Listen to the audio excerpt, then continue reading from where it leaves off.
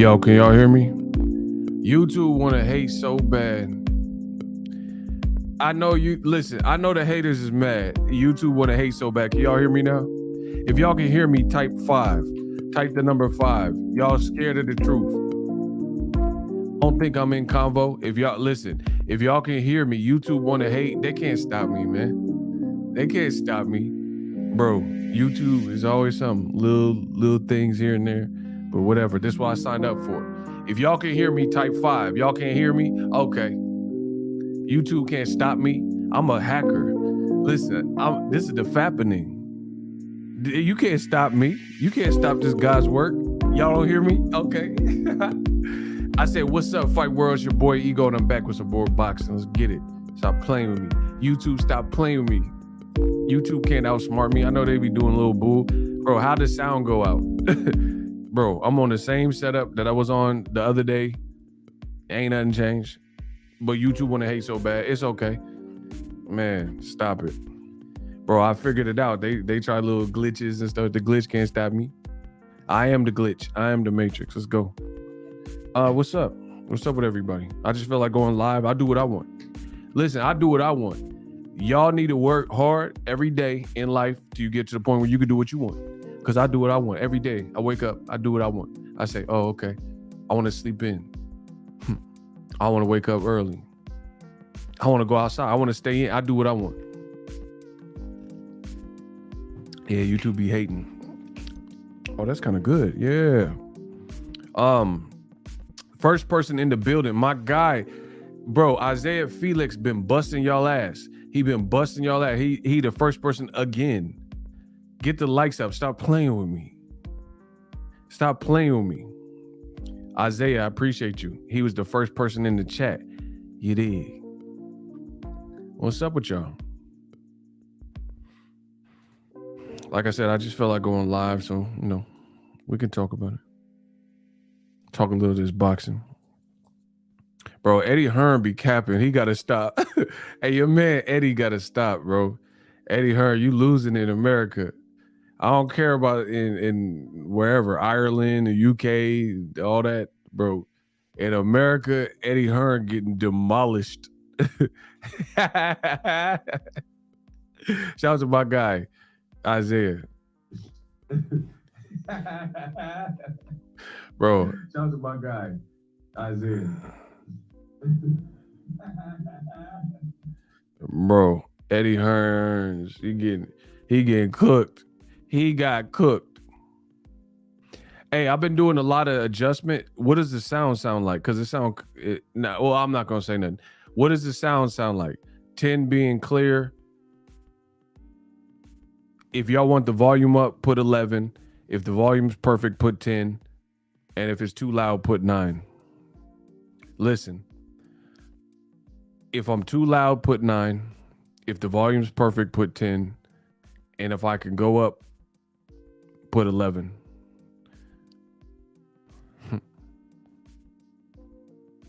Okay, we got 10s and 11.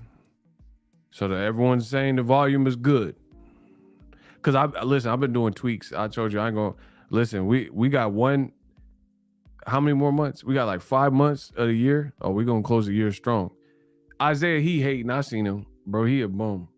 These bums want to hate. Hold on.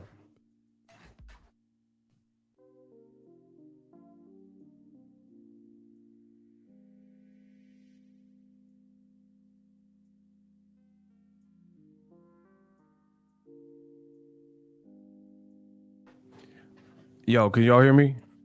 Listen, I know the bums want to hate so bad. The bums, they want to stop my progress, but they bums. Y'all can hear me? We good?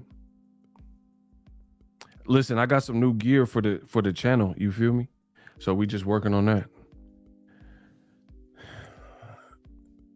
Spence and 10. Could be. Let's do the Boxing Ego roll call. But first, we got a $5 Cash App. Oh my gosh, y'all be showing out. We ain't even got to the proceedings. Yo, we got $5 from my man Sean Dowdy. He said Isaiah was the first in the chat, and I'm the first to pay. Ooh, shout out to Sean Dowdy. I got you with the Cash App. The man sent it. Oh, Kamal, right? Listen, just like clockwork. Kamal is going to blaze y'all. We're going to put y'all on the rotisserie and glaze y'all. Listen, I promise. I didn't even read what Kamal said, but we had conversations behind the scenes, and Kamal going to blaze y'all. We're going to put you on the rotisserie and glaze y'all. Let's get it. Kamal says, corporate media, that's old media, yo. Ignoring Bob Arum blocking Better Bia versus Bevo undisputed fight. The WBO is what Bob orders so Arum can postpone the yard mandatory. Facts. And it's funny because the same people in old media, they be like, oh, Al Heyman, he's the cancer of boxing. Bro, notice the black advisor, he everything that's wrong in boxing and the cancer and hurting boxing. But then Tyson Fury working with a narco terrorist, and people getting banned from they can't even come to America, bro. You got boxing channels, boxing reporters, fighters, teams, trainers, strength and conditioning. They can't come to America, but the cancer of boxing is a nigga. Listen, hey, I'm just here to tell you what it is and what it ain't. Bro, Al Heyman, he getting the worst of it because he a nigga. You hear me? Bro, just say what it is. I don't like, listen, I'm an Aries. I don't like to beat around the bush if I don't have to. No, I really don't. And the older I get, the worse it's gonna get for y'all. Y'all say, oh, Ego grew up, so he gonna bite his tongue. Bro, the older I get, the worse it gets for y'all. Cause I ain't biting. Listen, the older I get, like Eminem said, the older I get, the dumber I get in. The more ignorant the incident is, I fit in. Ignoring the shit. Now born against. I don't know when to quit throwing the fit. I know I'm a bit flaky, but they make me. Man, I'm on the Eminem. You ain't gotta say it like that. He a nigga. Bro, yeah, I do. So y'all hear me loud and clearly. I said it. Boxing ego. If you ever see me in public, I'm gonna say it again. Bro, this is boxing. You see it. When Al Heyman did anything, Al Heyman burp and fart, he the problem in boxing. Like the man can't poot. Bro, Al Heyman can't poot. They be like, this guy's from Russia because he Putin. Slow it down. I just dissed you. I said Al Heyman can't burp or fart. They like, what you doing? I said, they claim Al Heyman from Russia because he Putin. Listen, that's a bar. Hold on. Let me get in my bag. Listen, let me get in my bag. I said Al Heyman can't cough, burp, or fart. They like, Ego, what is you doing? They say Al Heyman from Russia. Why he fart? He out here at Putin. That's a bar. I said Putin, Russia. Man, come on. Let's get it. I told you I'm ready for this. I was born for this. Bro, Daniel Kinahan, they saying he like murdering people and pushing drugs, and he not what's wrong. They on boxing Twitter wishing him a happy birthday. Let it be a knocker like Al Heyman. They not wishing him a happy birthday. They saying and then what if we get Terence Crawford versus Errol Spence? Is he still the cancer of boxing? Bro, Oscar, don't get me started on Oscar, bro. Oscar, he out here acting like he want to make Ryan versus Tank. He need to get an Oscar. That's an Academy Award. Bro, Oscar need an Oscar because he acting like he want to make the fight with Tank and Ryan. Listen, if you make the fight Tank versus Ryan, they're going to be storming Normandy. It's a movie. They going to war, and it's going to be Saving Private Ryan. Listen, I ain't lying. Listen, hold on. The kid with the golden voice is back. The kid with the most bars is back. I said, Oscar need an Oscar. He acting like he want to make the fight with Tank and Ryan. If they make the fight with Tank and Ryan, it's going to look like when they storm Normandy. They going to war, and they going to be Saving Private Ryan. That's a bar, bro. Ryan, don't fight Tank right now. Your defense ain't set up for it. That's my personal opinion. Your defense, listen, I said they're going to be storming Normandy. They're going to war, and it's going to be Saving Private Ryan. Bro, don't do that. Don't do that. Oscar, he know he don't want that. He lying, bro. You better stick to the utensils, cuz. Kamal Oz, I'm enjoying watching Jake Paul destroy the Furies. Jake Paul funny, bro. I give you that. Jake Paul growing on me. Pause. He growing on me. Yo, y'all got to get the likes up. He said if it was a movie, Ryan gonna die at the end of the movie. Come on, you have to do it like that. Shout out to Mr. Do Good AF. Bro, he said he gonna get it at the end of the movie. Bro, if Luke Campbell, English, British Southpaw, that is like, bro, if he dropped you, Tank gonna eat you. And then don't. Oscar lying, bro. I don't know what. Listen, I gotta keep it real. Oscar lying. He don't want that. He don't want that, bro. All the TMZ interviews and IG Live, he don't want that, bro. Hey, my man Sean showing up. He sent another $5. He said, Ego, he don't work for free, y'all. Yeah, absolutely. I definitely don't work for free. Bro, I'm telling you, Rolly might have been a more difficult fight because Ryan got power, Tank got power, and Rolly got power. But Rolly low-key crazy. I don't think Ryan crazy. Bro, I know Rolly like type crazy a little bit. You know what I'm saying? And that's good for a boxer. Like to like he not when people listen, when people were saying Rolly crazy and like ridiculous for the stuff, he probably really believed that stuff. Why is Hearn talking about tickling balls? That's British humor, I guess. I don't know. Bro, listen, I'm trying to tell you, when Rolly's saying all that stuff, people are like, oh, this guy, what is he talking about? Bro, he probably really believed that. Ryan don't believe the stuff he's saying. That's it. Bro, I'm from the Bay, bro. I'm from Cali, though. In California, you keep your head on a swivel and you kind of, or if you're from where I'm from and you've been where I've been, you learn to assess situations, right? And my thing is this. You get to learn real quick who's really about what they say they about, really based on their actions. Sometimes them silent killers, that's the ones you got to worry about, not the one that's like hooting and hollering and all that. The person that's quiet and then they go to the spot, they go to the trunk and pull the stick out. Bro, I promise you, anybody from anywhere remotely, you know, that got some spots know that. Bro, you got to watch for the one.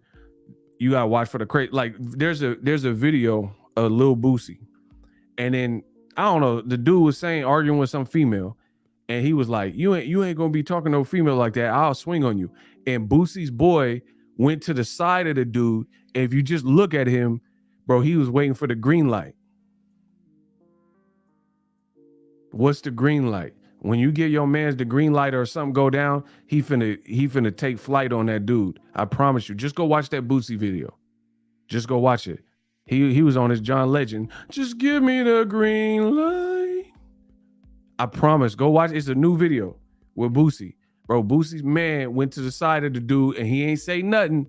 He just, bro, like the Jamie Foxx club punch. He just went to the side and he just ready. He just ready for the green. Just give me the green light. Bro, he ready to John Legend, man. See, you guys got to learn the signs. Y'all don't know the signs. I see the signs.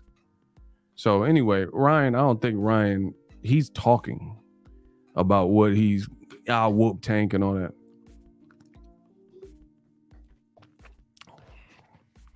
Make excuses. What does that even mean? Use your big boy pants, put them on, and talk to me like an adult. He talking about make excuses. How you gonna come with a fragmented ass sentence? I don't even know what you talking about. Make excuse. What are you talking about, bro? Did you graduate? Listen, I gotta get down to the basics. Y'all must have forgot. Did you graduate? Do you have a GED? Do you have a diploma? Did you graduate? You gonna come in with half sentences. You missing the verb and the predicate. Who is it? What are you talking about? Make excuses. What does that mean, bro? Like me being a grown man, been covering boxing for hella years, y'all know what to expect from me. What the hell does that make excuses? We're out of nowhere. I'm talking about Lil Boosie. You just said make excuses. Bro, he talked like the Little Caesars dude with the toga. Meetza. Bro, what the does that mean? Meetza. Man, if y'all don't stop, y'all talking like rerunners. Bro, y'all better leave me alone. That man said meetza. What? He like the dude from Anchorman, Steve Carell. Remember, he's like, I love lamp. Like, what does that mean? I love lamp. What's up with Haney? Man, block these dudes. Block him. Ego, you've become a bit paranoid. All right, that's what's up. Block him too. Listen, get him, bro. Get these dudes out of here, bro. Yeah, I'm paranoid. Yeah, I don't want to see your name anymore. Yeah, you right about that. But oh, Nighter came. Headshot. Oh, the humanity. Bro. Bro. He said, I still here. Oh, not for long. Hey, I told you it's a rat. I can smell him. Bro, get him out. Vulgar, or whatever his name is. He said, I still here. That was kind of funny, though.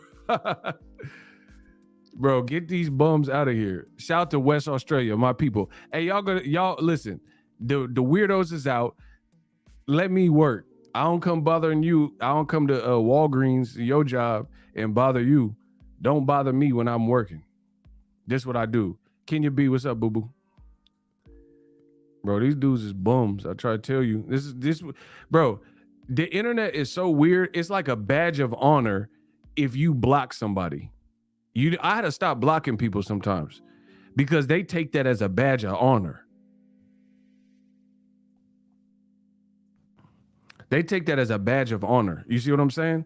Like you see on boxing Twitter, oh, Andre Ward blocked me. Huh? Bro, why is that a cool thing? Bro, I promise we live in such weird times.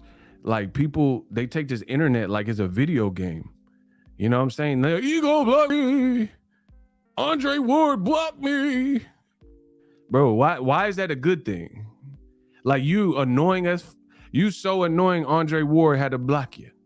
You so annoying Gervonta Davis or Errol Spence or whoever, David Benavidez or whoever had to block you. How is that cool? Bro, how is that a good thing? And these dudes like post it on Twitter. They be posting, I got blocked. Oh, Kim Basinger blocked me. Bro, she don't give a about you. I don't give a about you.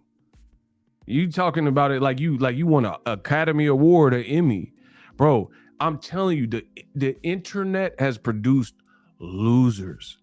Listen, I'm not here to beat around the bush. The internet has produced a lot of losers. And it's crazy. Oh, Devin Haney blocked me. Why is that a good thing, bro? Devin Haney making millions and messing with his girl and shopping. And how is that a good thing? You know what I'm saying? Like, what do you get out of it other than a screenshot of whoever blocked you? It's weird. We live in weird times. Weird times.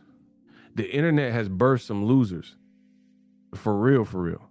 Like if you sit around trolling and stuff, like you're a loser, bro. There's no way like we would make fun of people like you.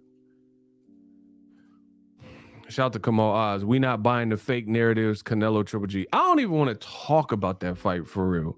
Bro, Canelo trying to act like there's a fake beef and Triple G just sitting there. That fight is so cap.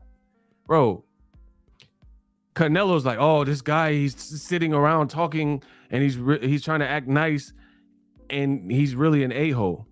And then I looked at Triple G. He not even talking. What is Canelo talking about? Hey, get the fuck out of here. Get the fuck out of here. Payday. You want payday? I know that. Bro, Canelo is trying so hard to make this fight appear that there's this big, like, calamity or, you know, beef or whatever. It's weird. He's like, it's personal. This guy keeps talking about me. Bro, who said anything? I ain't even seen Triple G. Bro, how does Triple G keep talking about you and talking trash? I ain't even seen cuz. Like, where has he even been, bro? He been fighting in Japan. and then off the radar. You acting like he just talking about you, bro. It's this fake. I don't like fake. Y'all know me. It's this fake contrived beef. Oh, this guy's really an a-hole. All he does is talk about me. Bro, where's Triple G even been? Canelo said he was injured before the Bivol fight. Bro, that's what dudes say when they with their girl and they a 1 minute man. You see what I'm saying? Yeah, oh, it just felt so good. So, I had to prematurely, bro, everybody got an excuse, even the 1 minute man. Bro, y'all favorite drink is Minute Maid because you get with a girl for the first time and y'all Minute Maid. Bro, everybody got an excuse. I wish I could survive and last longer, but it just felt too good. Bro, everybody got something to say, bro. Do you notice that? Like, ain't nobody just like, oh, I just got whooped. Ain't nobody gonna really say that. You a minute man, bro. Minute man, they gotta make all the excuses because you didn't knock down. You wasn't out here, just make it clap. You wasn't doing the do. And now you got to explain to the bro. Am I lying, Kenya? Am I lying? We see, we got a female perspective in here. Am I lying? That's what Minutemen do. They start the deed at 8:30 p.m. and they be done by 8:31, and then they trying to explain by 8:32 to the girl why it only lasted 1 minute. That's your fault because it was so, it's like Biggie said, it was juicy. I know, bro, it's your fault. And now he injured before the fight. Why'd you fight him then if you was injured? Why did Canelo proceed with the fight? You the A side, cancel the fight then. And then say, hey, you got to wait, Bivol. And nobody would have cared. It's not like you was like sold out this astronomical number. Bro, Russia at war with Ukraine, you could have definitely paused it and it probably would have been better for everybody. So y'all could regroup and hope the, Russia-Ukraine situation conflict end. So I don't take no. You lost. You got beat up. And bro, listen, boxers tell me this is not an excuse.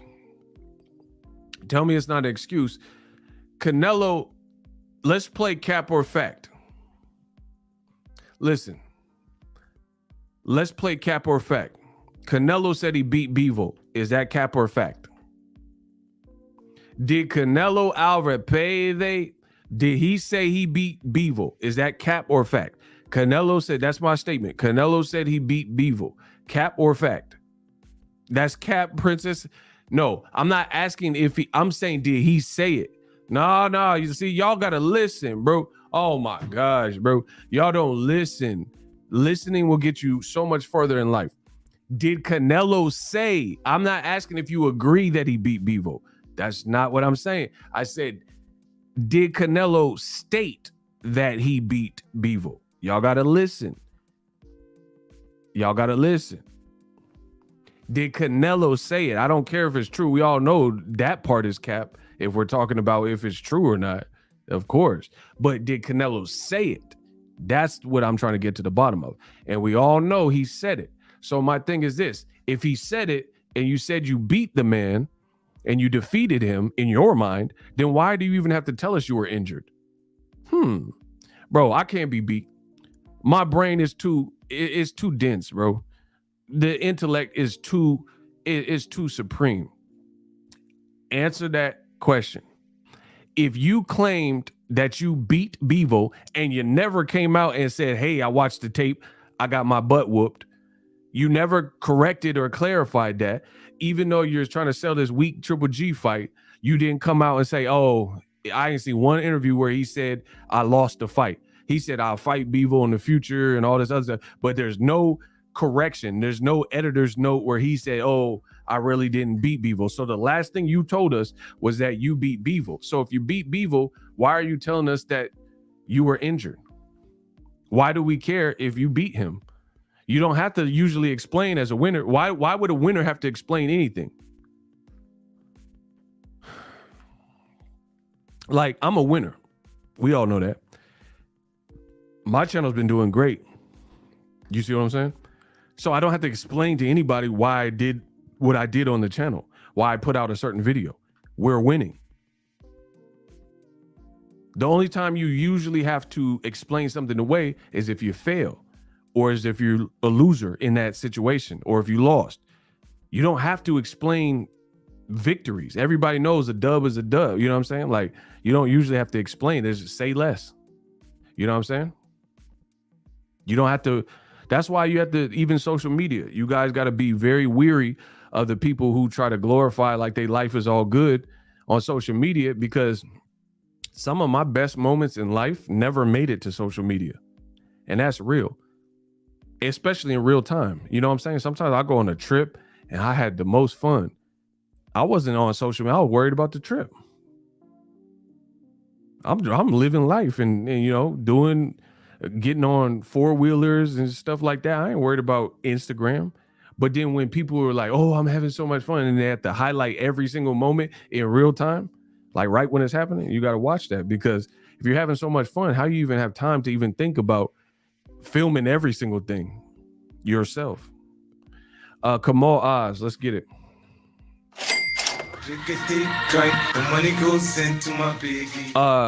Canelo once again trashed Golovkin's opponent selection, saying he's faced D-class fighters, but he's also fighting him.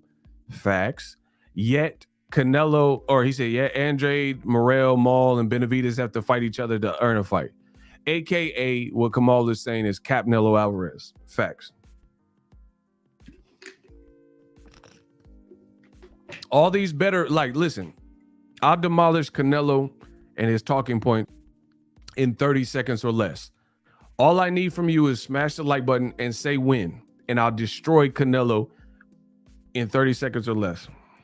Say win and smash the like button, and it's on. Tell me when. All I need is 30 seconds, and then we'll move on to Errol Spence, Terence, Crawford. Win. Listen, I'm trying to burn some time because I don't really need the whole 30. Y'all give me a timer. Let me know where I'm at. I want to burn a little bit of time. I want to burn a little bit of time because I don't need that much time. Y'all said 30 seconds. Y'all got to let me know what my time is, though. Like, I got to know how much time I got. Shout out to Mo Pressure.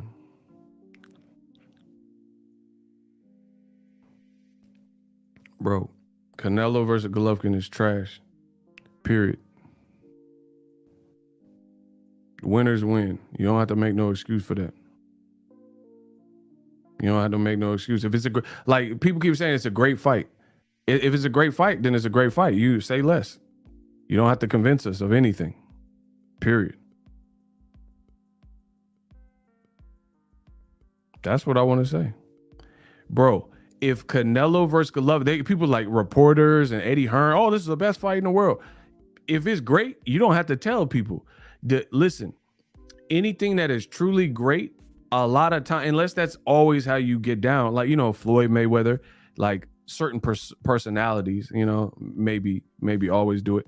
But by and large, there's a lot of things that you let the people decide. Period. You let the people decide. Like Top Gun, the new Top Gun movie. I ain't seen it yet, but I wasn't even like dying to see it because I'm like real specific when they have like old school classics and take several years to make it. It kind of makes me not want to see it because I don't want it to lose some of the luster or ruin a classic by even being attached to it, like Belly 2. You know what I mean? But anyway, everybody that I know that went to see it told me it was dope. So the movie's speaking for itself. People just reached out to me or said, man, Top Gun is dope. Or whatever movie. You know what I'm saying? Black Panther. I remember the same thing with Black Panther. Rest in peace to Chadwick Boseman. When Chadwick Boseman was in Black Panther, it was a dope film. But before I didn't get to see it day one. I seen it like opening week, but not on the first day. People were telling me about it. That's the power of something that's truly great, or even a good album. People are, if something's a classic out, like I was posting about J. Cole's last album because I really enjoyed the project. You see what I'm saying? The off season. J. Cole didn't, he dropped the album and I don't even know where when he started playing basketball and all this other. He didn't really have to do nothing. He been working on the project, dropped the project, and then the sales and everything else and the Grammy nominations, all that spoke volumes. J. Cole started going away and disappearing and doing other stuff. The people spoke about the album. You see what I'm saying? When he dropped the off season, he started playing basketball in Africa. Like he didn't even have to promote the album for real because the fans was promoting it. And that's the same thing. Canelo Triple G, if it's all that and the fight that boxing needs and all that, blah blah blah, then it's gonna be that. But what I'm seeing, people are like, oh, what is this? I hate this fight. You waited till Golovkin got won't. You know what I mean? And then now you see like agenda media, old media, they trying to force you to believe it's, you're not a real true boxing fan if you don't like this fight. F you. Fuck you. Listen, ain't nobody going to determine what bro. Look at how stupid old media continues to sound. Ain't nobody going to tell me that if I don't watch one fight or if I'm not hyped for a fight, then I'm not a fan of the whole sport. You sound stupid that's like saying, if you ain't a Lakers fan, if you don't like the Golden State Warriors like I like, then you're not a real basketball fan. You're not a fan of the NBA. What do you mean? Bro, boxing has some of the biggest idiots that I done met. There ain't no like one rule for you don't really like pizza unless you like meat lovers. Some people can't eat meat. Some people have lactose intolerance. They can't have cheese on their pizza. Some people like Hawaiian. Shut the up. But old media is so weak and agenda driven. They trying to like guilt you into liking the fight. I don't care. Okay, I'm not a boxing fan. And for your standard, I'm not a boxing fan because I'm not hyped for that fight. I don't care. Kiss my ass. Yeah, listen, you ain't gonna force me into liking no fight. Bro, I don't know who y'all thought this was, bro. Smash the like button. You ain't finna guilt trip me into liking the fight. Oh, if you don't like Canelo Triple G3, bro, if I don't like Canelo Triple G3, kiss my ass. How about that? Catch me outside. How about that, bro? You don't determine what's popping for me. That's like, there's a show on Netflix. If you like it, you like it. That don't mean I like it because you like it. You see what I'm saying? Like, how could you not watch Game of Thrones? Okay. If you like it, then run with that. But you can't say, you don't like HBO and you don't like TV shows because you don't like Game of Thrones. Bro, this is the reality of, and then the same of be calling me biased. I don't put out no blanket statement and say like, hey, if you don't like Jermell Charlo Castano, and that's a great fight. But if you don't like the fight, then you're not a fan of boxing. You ain't never heard me say no goofy like that. Bro, what world, what a time to be alive, and what type of world do we live in where if you don't like what I like, then you're not a fan of said thing? Well, explain how that makes sense. I wouldn't even say that in my channel. If someone said, I'm not a fan of Boxing Ego. Okay. I'm not gonna say you don't like boxing, because you don't like me. I don't care if you like me. It ain't gonna change this money. Bro, what does that do? I don't care if you love me or hate me or in between. It ain't gonna stop this money. It ain't gonna stop this cash flow. So I don't care about that. Eddie Hearn, one of the worst things that happened. And he think he doing it too in America. Shout to KJ. He said, on God, Ego, I'm my own man. They don't speak for me. F that fight. Bro, in a world with so many options, it's crazy to see anyone even have a scarcity mindset. The world is plentiful and bountiful, just like nature. Like if nature, like you see a tree, you go to a forest, there'd be 100,000 trees in a given forest with 1 billion leaves and insects and stuff. Nature is abundant. You know what I'm saying? So in what world do we live in where people say, if you don't like specifically what I like, then you don't like it at all? Like, you know what I'm saying? Like if you don't like Canelo Triple G3, then you don't like the whole sport of boxing. bro, I mean, you can say whatever you want. You can say whatever you want. But at the end of the day, he pocket watching, block him. That's what's up. At the end of the day, you watch what you want to watch. You watch what you want to watch, and let's just keep it at that. But you can't say you don't like pizza because you don't like. Somebody like anchovies. Some people like veggie pizza. You can't tell somebody what to like.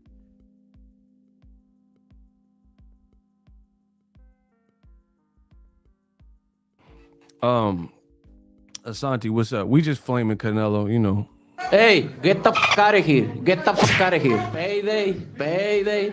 You want payday? I know that. Canelo trying hard to make it look like there's this built-in storyline. Good luck with that. It looked fake. And then last thing I'll say on Triple G, and then we'll move on to the Terence, Crawford, Errol Spence talk. Y'all got to get the likes up. Y'all know I don't work for free. Y'all got to pay the fee one way or another. Bro, I'm not even trying to be rude when I say this, but Triple G, he look older, bro. Like I was seeing like pictures and video. Like, listen, I'm just being real, bro. I took a screenshot. I'm like, man, Triple G look like I'm not knocking. Everyone ages. Everyone's gonna get older. But what I'm saying is he looks noticeably younger. I mean, noticeably older. Like, hold on, I got a screenshot. Oh man, wrong picture. Oh, that ain't Triple G. Hold on. My bad. That ain't him. Hold on. I got it somewhere. Bro, listen. Hey, I hold on. I got the wrong screenshot. Hold on. My bad. Listen, that's the wrong one. Yeah, no, God, Max. Bro, that's the wrong screen. Listen, I can make mistakes. I'm a human, bro. That's not Triple G. Yo, okay, that's the Monopoly man. I mean Daniel Pena. Hold on. Let me find the picture. Listen, I got a million pictures in my phone, bro. Y'all gonna blame me because I made a mistake. Okay, y'all see, there's something wrong with y'all, bro. I can't make no mistake. Okay, bro. He was looking older, like, you know what I mean? He's like an older gentleman. Hold on, I'm gonna find a picture. Y'all gotta give me time. Y'all gotta give me time. Bro, I'm not playing. Like, I seen Triple. I'm like, dang, like he definitely looked different from the first two fights. I put that on. Hold on, let me see if I can find it though. Hold on. Smash the like button. I'm working.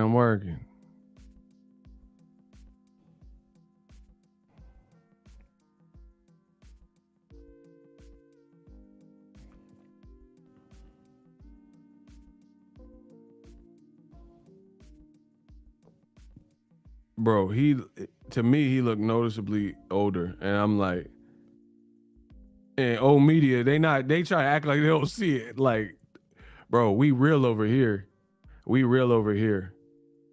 Listen, I just gotta be real. Like, I know how I see it and you don't see it. Bro, it's like when somebody fart in public. Like, I know you smell that. You smell that? Bro, listen to me.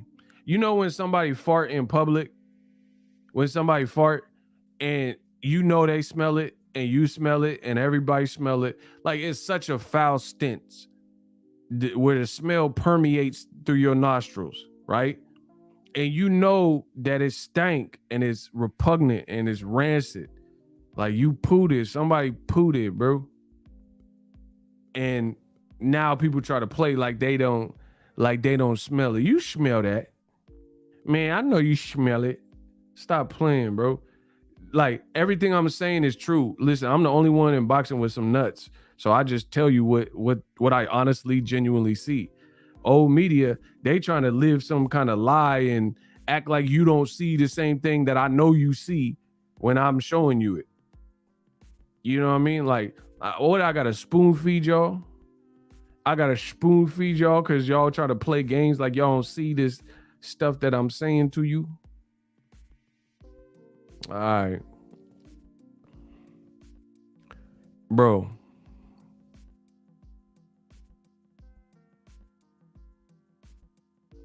Bro, look it.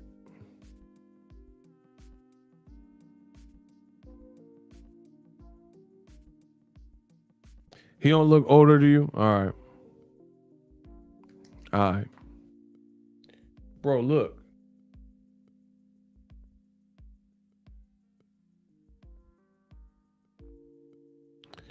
Triple G don't look older. Bro, look.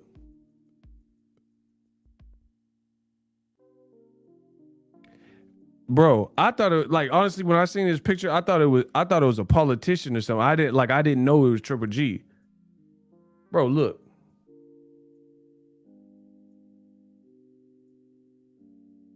Bro, come on, bro. He don't look older. Like I'm not. Like I said, we all get old. I'm just being real in terms of like.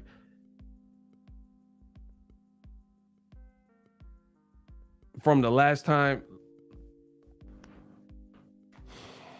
and this is what Eddie Hearn trying to sell us, that this is going to be like the fight that the first two were. All right, whatever. Why I put the picture up? Because it's real, bro. He don't look the same. Like, he look like, I mean, like I said, y'all could play games if y'all want. I know y'all see it. Bro, this is what they selling. Triple G when he looked like Benjamin Button. All right. Yeah, guys. Yeah, 40 years old. And that, somebody said Mitt Romney. Somebody said Mitt Romney. I'm done, bro. I don't know who said that. So yeah, that's the fight. And see, the other reason why I don't like, to be honest, as a boxing fan, somebody said he looked like Biden standing. I'm done. Bro, to be honest, I don't like that in boxing. Boxing is a young man's game, and I think it's disrespectful what happens to older fighters, and I don't really like that, to be honest. Like, maybe my heart's too big, I don't know, but I don't like that. You know what I'm saying? Like, I get it, but I didn't really want to see Eric Morales versus Danny Garcia too. You know what I mean? And then I seen it, and then Danny, and he spun him around, and okay, that's exactly what I knew was going to happen. And more often than not in boxing, that's how it plays out. You know what I'm saying? You see guys that, like, this is what I've learned about boxing.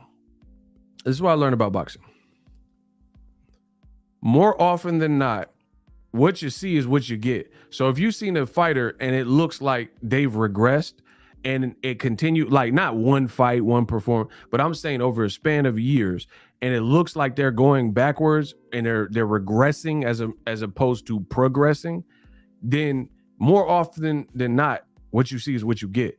Like when you see guys like Kermit Cintron or Sergio Moravia Martinez, and they look like their bodies is breaking up or their knees is bad or they losing to other guys, it usually gets worse on and on as they continue to fight. Like Vic Darchinyan's a great example for me that comes to mind. Vic Darchinyan in his prime, he was formidable. He can give anybody a issue on a given night. But then it got to a point where he kept getting knocked out by everybody. You see what I'm saying? Now, although Triple G hasn't been knocked out, I fully expect him to get knocked out in this fight, right? You know, even if he doesn't get knocked out, I think Canelo soundly will beat him. He said they stealing money with this fight. Shout out to Sam Seals, my guy, Australia. No, there are exceptions to the rule, like B-Hop, Floyd, but Triple G don't fight like no damn B-Hop or Floyd. So there's Triple G ain't the exception. Bro, boxing, the age-old adage, styles make fights. If you have a style like Triple G, you'll be cooked before a person like Floyd or Bernard Hopkins or Juan Manuel Marquez. Marquez knocked out Pacquiao when he was 40, but he's a counter puncher and he can box and he's tough. So that stuff don't go away. Fundamentals don't go away unless you just, get away from your craft and not training or something. Triple G does not have a style that is conducive. Oh, I don't care about all that HBO crap and had no guys and all that. I don't care about that. From what I see, he don't have the style that's conducive with longevity in the sport of boxing, point blank, period. So guess what? You fight younger people who are strapping and young and, hungry, they're going to beat you more than likely. And it's not even just Canelo. You put him in there with Charlo, I would favor Charlo. You put him in with Morrell, I would favor Morrell. You put him in with Benavidez, he getting toe up. You know what I mean? And like I said, boxing is kind of what you see, what you get. If a guy ain't look good in 4, 5, 6, 7 fights, then there's a chance he start winning fights again. It has this like late growth spurt or second wind in his career. It happens. But I guarantee you, for every time you can think of where something like that happened, I can think of an example in boxing where it didn't happen. Where Vic Darchinyan, he was at the space of his career where it didn't happen. Nonito Donaire just fought in a way. He had a tough fight with him in the first fight, but then he gets slept in the second round or whatever it was, because that's boxing. And I personally don't like to see that. I really don't like to see people that should had a good career or whatever type of career they had, and then they're being the sacrificial lamb. And this is Canelo's whole career specifically. Fighting 41-year-old Carlos Baldomir, fighting a 40-year-old Shane Mosley, fighting a 36, 37-year-old Floyd. The only difference being Floyd is that dude, so age didn't affect him, and he still got the dub. Fighting a Golovkin when he was mid to late 30s, and now he's 40. Change the station, change the, you know what I'm saying? Like, it changed the record, bro. And if y'all like that, then y'all like that. I don't like it. I didn't need, like I said, I didn't need to see Eric Morales get spun around by Danny Garcia, but it happened. You know what I'm saying? Like, and fighters get to a twilight of their career. We know they're not the same. They're not looking the same. Wompty.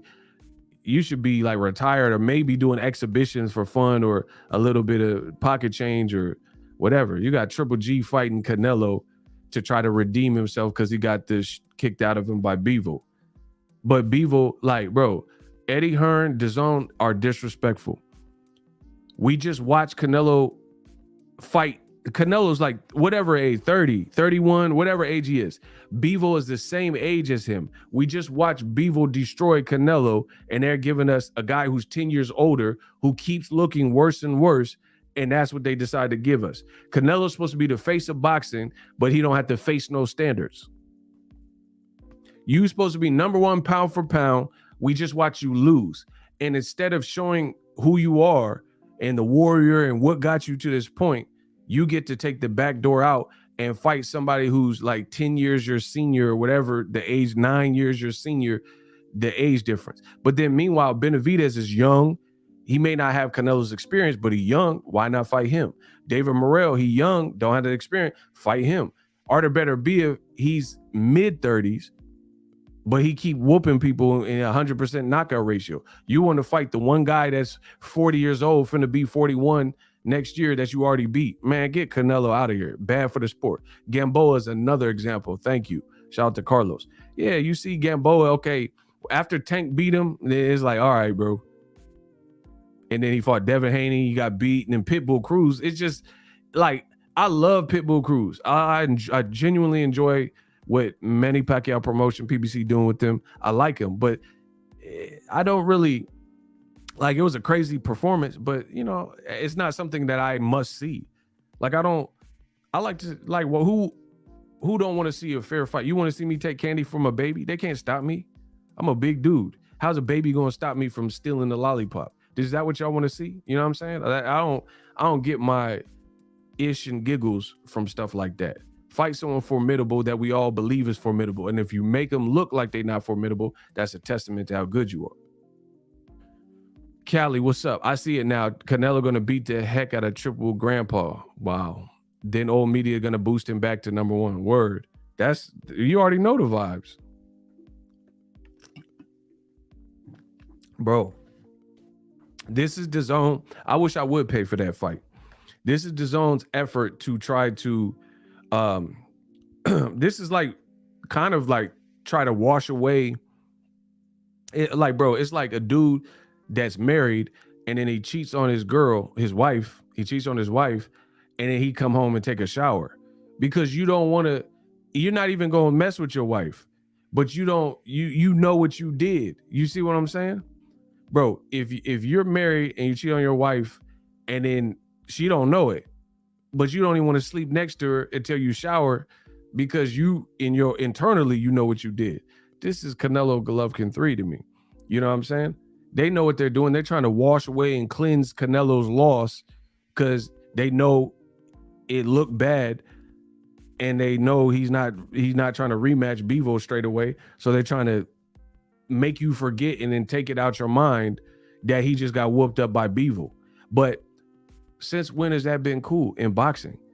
How come when it's black fighters, let's just say it, when it's black fighters and then they have close wins, controversial wins, draws, or close fight, they got to immediately go back into the frying pan.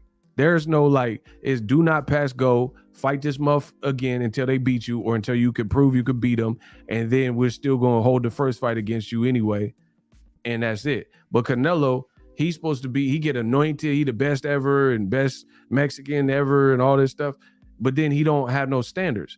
Y'all would never hold a black fighter to the standard you hold Canelo to, because I seen it in real time. Floyd Mayweather was number 1 pound for pound, but he was a real number 1 pound for pound. Andre Ward, SOG, Dre Ward, he was a number 1 pound for pound, but he was a real. And then when the going got tough, Dre Ward showed you who he was. People say, oh, Kovalev beat you, oh, draw, oh, the fight was too close. Dre showed you who he was. He said, I'm Andre Ward. Y'all didn't like my work. Some people still like scratching their head about who won. Bet. I'll do another camp. I got him. I'm going to show you. And he made the adjustments, just like Floyd did with Castillo, just like Floyd did with Maidana, just like another black fighter, American fighter, did Jermell Charlo with Castano, like a black fighter, Jermell Charlo, did with Tony Harrison, like a black fighter, Devin Haney, is getting ready to do with Kambosos back in Australia. But Canelo don't have to do that. Ain't that something? I just named like 5 black fighters that had immediate run backs. Sugar Ray Leonard did it too. 8 months after he lost to Roberto Duran in shocking upset fashion, he was back on it, and they fought a total of 3 times. But this is the stuff that people in boxing don't want to talk about because they not boxing ego.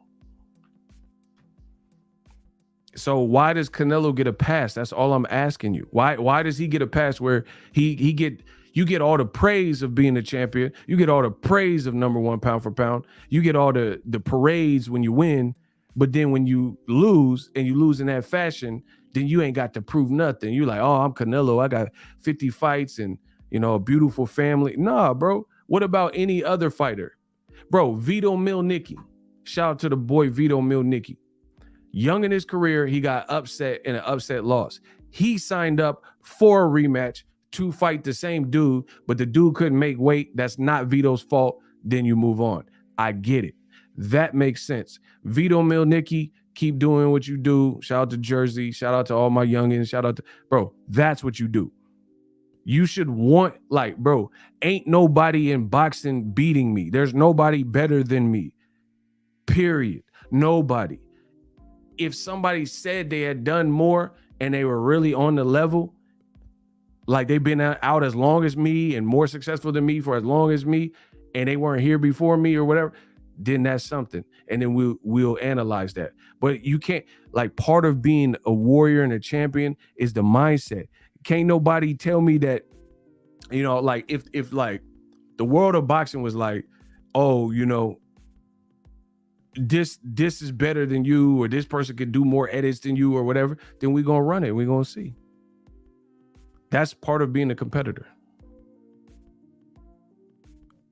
Can't nobody beat me, bro. Can't nobody outwork me. I ain't even worried about it. Kamal Oz. Canelo Bumlovkin 3 is brought to you by AARP. Facts. So, yeah. You don't expect me to be all happy-go-lucky over some damn Canelo versus 40-year-old Golovkin, and he out here looking like a former president. I am not a crook. Bro, this is not the same fight. Like, that's like Lomachenko fighting Orlando Salido now. It would have been good to rematch that when he beat you. You can't wait all these years. Orlando Salido, he's stealing beers. He got arrested for stealing beers. This is not the guy that beat you. You see what I'm saying? Like, bro, that's not how it works.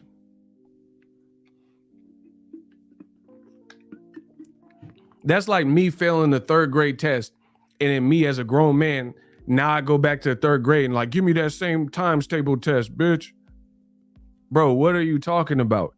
Bro, if you were going to retake a 3rd grade test, don't wait several years and decades, and then now you want to go back and take the, 2 + 2, 4. 5 times 6 is 30. Bro, now you trying to pass the test.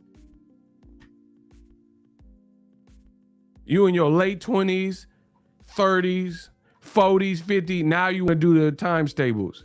Bro, you were supposed to be doing it 9 times 9, 81. Like, bro, you doing times tables.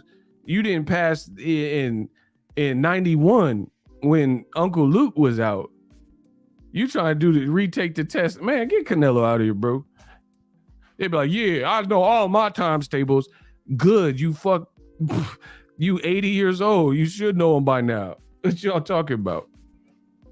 And Canelo think he finna get a Purple Heart for beating a withered, Bill Withered version of Triple G. Y'all crazy, bro. And then Eddie Hearn, listen, let's get to the Terence Crawford, Errol Spence. Eddie Hearn got the insanity and the wherewithal to talk and say he got the better fight and 10 times greater fight. Bro, stop. Terence Crawford undefeated. Ain't nobody beating him. He whooping everybody. He stopped everyone at welterweight. Errol Spence coming off a stoppage. He done heavier lifting. You see what I'm saying? And you trying to promote this raggedy, grumpy old men fight. Bro, get Eddie Hearn out the country, cuz. Bro, straight like that. Until he learns some like American tradition, get him out the country. Get him out the country ASAP. ASAP Rocky, get him out the country. He talking about I gotta fight 10 times better or bigger. Man, stop. Ain't nobody trying to hear that. You gotta fight with a geriatric and a guy coming off a loss that don't want to do an immediate rematch. That's what you got. Terence Crawford at the top of his game. Errol Spence at the top of his game. Bro, he got the old country for no men. Bro, Javier Bardem with the Dora the Explorer cut. Yeah. Why most Canelo opponents use consumer cellular? That's what I'm saying, bro. Eddie Hearn gonna say, I got the better fight. Bro, you ain't got... Bro, Eddie Hearn, I ain't gonna front. Eddie be saying some suspect stuff. That British humor, y'all gotta chill, bro. He be like, oh yeah, I want my pecker to be 12 feet, or he said something like that. He said he wanted a 13-inch pecker. And then now he said he gonna tickle somebody, Leonard Ellaby balls or something. I don't know, bro. Bro, get him out of here, bro. I know it's Pride Month, but he tripping. Bro, he always saying some extra stuff. I want to tickle Leonard, bro. What? Like Leonard Ellaby Elmo. Leonard said he trying to fight you, and you talking about tickling his balls. Like, come on, bro. Bro, Eddie is, and then Eddie thinks it's a game, bro. He like, oh, it's everybody versus me, bro. Everybody has said the same thing about you, cuz. Don King, Bob Arum, Leonard Ellerby, Steven Espinosa, everybody. And you think it's a game? Oh, they just trying to play games with it, bro. They're laughing at you. They're not trying to. They're laughing at you. Bro, Don King said Eddie is a master of losing money. What? He a master of losing money. That's literally what Don King said. Bro, you even got Don King on your head. Don King, bro. And Eddie's like, oh, yeah, mate. Like, this is cool. Like, this, like I said, like it's like a badge of honor. Bro, they're roasting you and laughing at you and being truthful. And DAZN thinks this is a good idea to send this as the front man. All right. We'll see how it plays out in America for you. Now, Eddie Hearn went from I'm the take over America to we the leader in global sports. Man, get him out of here. Global sports. Bro, listen, That's when you know how they say the jack of all trades, master of none. That's what you do, bro. Listen, I promise you. I'm gonna tell you. On YouTube, I've seen this energy. When people lose, listen. When people lose in life and they quit and they have a loser mentality, loser talk. That's what they give you. They give you loser talk. They set out with grandiose like plans and ambitions and visions. And when it doesn't work, then it's the loser talk. For example, I seen it on YouTube. When I started, there were some people that were like neck and neck with me. Neck and neck, like in terms of subscribers, right? My channel wasn't significantly greater in sub count than their channel, right? And then over the course of time, me putting in work and laying the foundation like I did, I started climbing. They stayed at the same, like to this day, have the same or less subscribers than they had before. I don't know. They didn't work the same or whatever. They didn't, whatever happened. And then I start seeing people, some of those same people, when you incline and then you keep ascending and they stay the same, this is loser talk. They say, oh, YouTube, you can't make no money on YouTube. Bro, says who? You can't make no money on YouTube. You ain't heard me complain. That's loser talk. There's nobody that started doing what I was doing at the same time as me that wouldn't love to be in the position that I'm in. I get to wake up when I want, talk boxing when I want, and make the type of money that I make doing it. Losers talk like when they can't complete an end goal. That's what they do. Oh, they try to minimize it or minimize it. Well, I guess either word works. They try to minimize it and talk, YouTube's overrated or YouTube's not the same or you can't make money on YouTube. I can make money on YouTube. There's other channels that is making money on you. You can't make money on YouTube. That's a projection. You the only one complaining because it didn't work for you.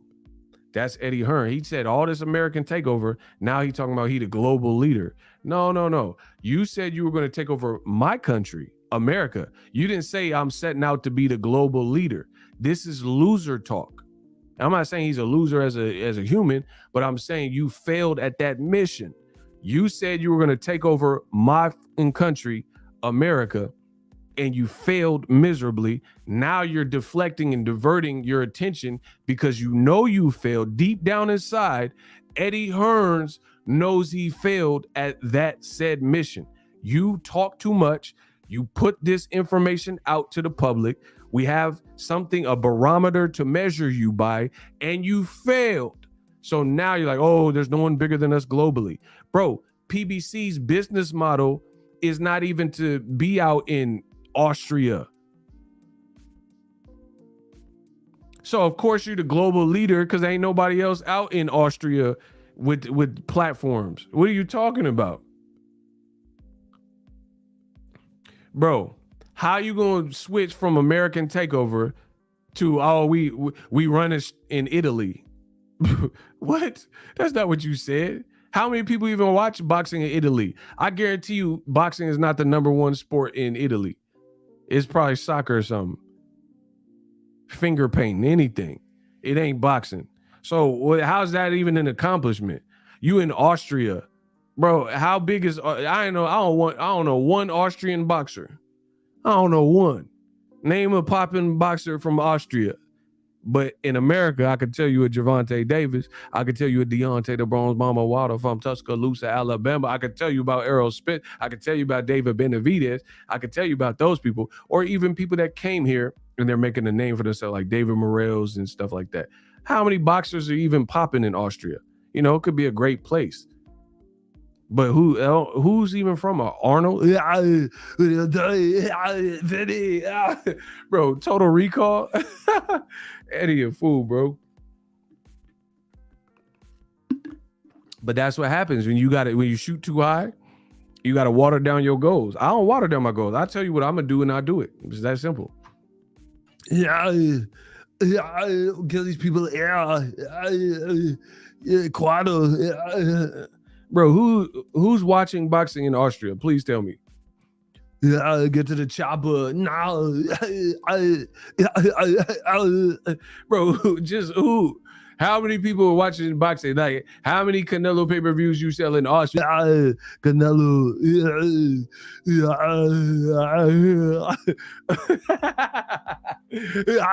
Bro, how many did Canelo Bevo do in Austria? Please, and how much did you make for it? Not no free trial. Not that, bro. Come on, bro. Eddie, stop it. Stop it, bro. He said Hans and Franz. Yeah, that's what I'm saying. We the global leader. Bro, there's no Showtime even in some of you in Narnia and stuff. Oh, we got a card in Narnia coming up. Bro, who's watching that though? Bro, who's watching DAZN Narnia? Please let me know. DAZN Zamunda and all that stupid shit. She's your queen to be. Bro, ain't nobody in Zamunda watching that. They got butt naked chicks dancing. No, I know what it is that I like. What do you like? Whatever it is you like, bro. They got that out there. They not worried about no Eddie Hearn in Zamunda. The royal penis is clean, your highness. Ain't nobody worried about no DAZN, I can assure you. Sam Egington and Cheesy Liam and all that. Bro, stop. Hey, bro, y'all better stop capping, bro. Y'all be capping. All y'all do is get on the internet and cat. You talk about DAZN Zamunda. Bro, who's out there? Umbaku and MacBook Air? We must free the people. And I don't know. Bro, who's out there watching that? The man said DAZN Afghanistan. Yeah, that's what I'm saying. Benghazi DAZN. Like, bro, ain't nobody watching that. Bro, shout out to my people in Benghazi, but like, bro, ain't nobody watching no DAZN Benghazi, bro. What do you mean? Bro, it is DAZN Chinatown. Bro, who's out there? Who named the fighter that's in DAZN Chinatown? Bro, where Juntao at, bro? bro, Eddie just be saying, hey, where Juntao at, bro? Listen, if they got DAZN Chinatown, then somebody gonna tell me where Juntao at. Bro, put your bag, bro. Do you understand the words that are coming out of my mouth? Bro, put your bag in the bag. No. You put your own ish in the bag. I'm not a sky cap. I'm Detective James Carter now, bro. Who's watching DAZN Chinatown? Juntao out there. Why would they not want my help? Because they don't give a damn about you. I don't care. I'm here for the girl don't like you. Nobody like this man said DAZN Asgard, Thor out there.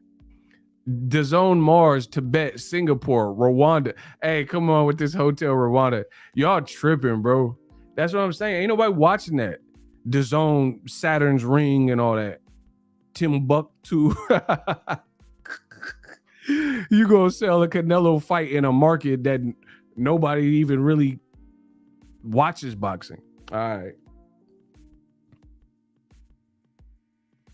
Bro, DAZN 8 Mile and all. Ain't no, you've been working at this plant so long, you replant. Look at this guy's boots. They're starting to grow roots. Bro, ain't nobody watching DAZN 8 Mile. I promise you. Look at Paul the Fruit. He probably packed panties in his suitcase. You've been working at this plant so long, you replant. Look at this guy's boots. They're starting to grow roots. Ward, I think you were a little harder than the Beaver. So was Eddie Haskell, Wally, and Miss Cleaver. Bro, B-Rabbit out there watching DAZN 8 Mile. This whole crowd looks suspicious. It's all dudes in here, except for these. I'm gonna f you up. All's well that ends well. I feel bad I gotta murder the dude from Leave It to Beaver. Bro, DAZN 8 Mile though? That's what y'all doing? All right.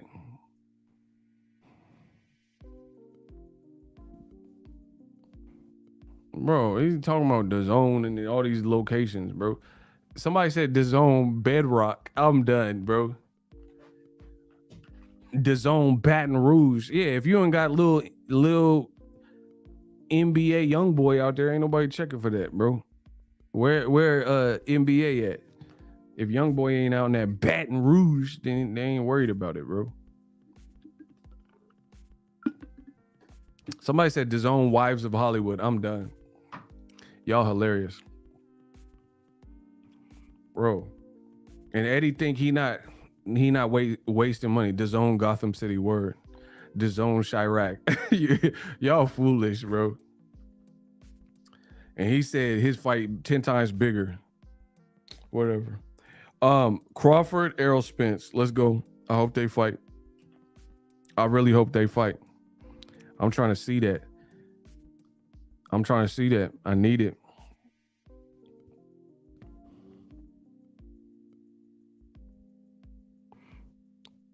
I need that fight ASAP.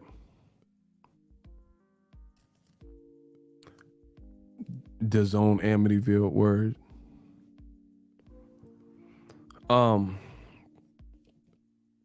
Listen, I still feel the same thing. I feel like people is like actually sleeping on Errol Spence. Like, I keep saying the same thing because I keep seeing the same thing. You know what I'm saying? For example, I'm really not mad who you pick, you know? I'm not mad who you pick, but it gotta make sense. That's where I'm at with it. Like, to me, to get me to really respect what you're saying, it gotta make sense. I'm not hearing no thorough breakdown from the people that are breaking down the Crawford fight. I like, put it this way. When I hear certain people break down Crawford's advantages, it makes me believe like they not even watching Crawford like I'm watching Crawford. Do you see what I'm saying? Like, because they're saying he's gonna do or wants him to do stuff that's not really his bag. That's what I'm not understanding. That's what I'm not understanding. Like, I keep hearing, oh, his feet, it's all about the footwork. What fight is Terence Crawford using this crazy footwork and confusing, you know, footsteps and fleet foot? I'm trying to understand it. It's like it seemed like people were watching his highlights or something more than anything.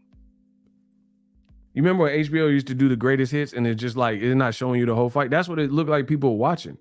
Bro, I'm going to keep asking the same question because ain't nobody answering it. What fight did he showcase this high-level confusing footwork? Because from my perspective, from any athlete or anybody, anything you do, it doesn't have to be sports. I edit.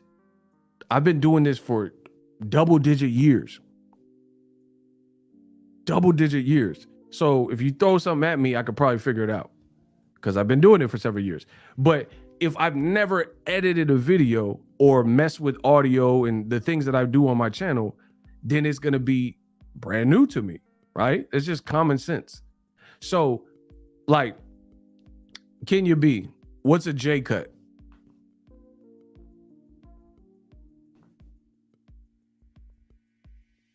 Where Kenya at? Is she still here?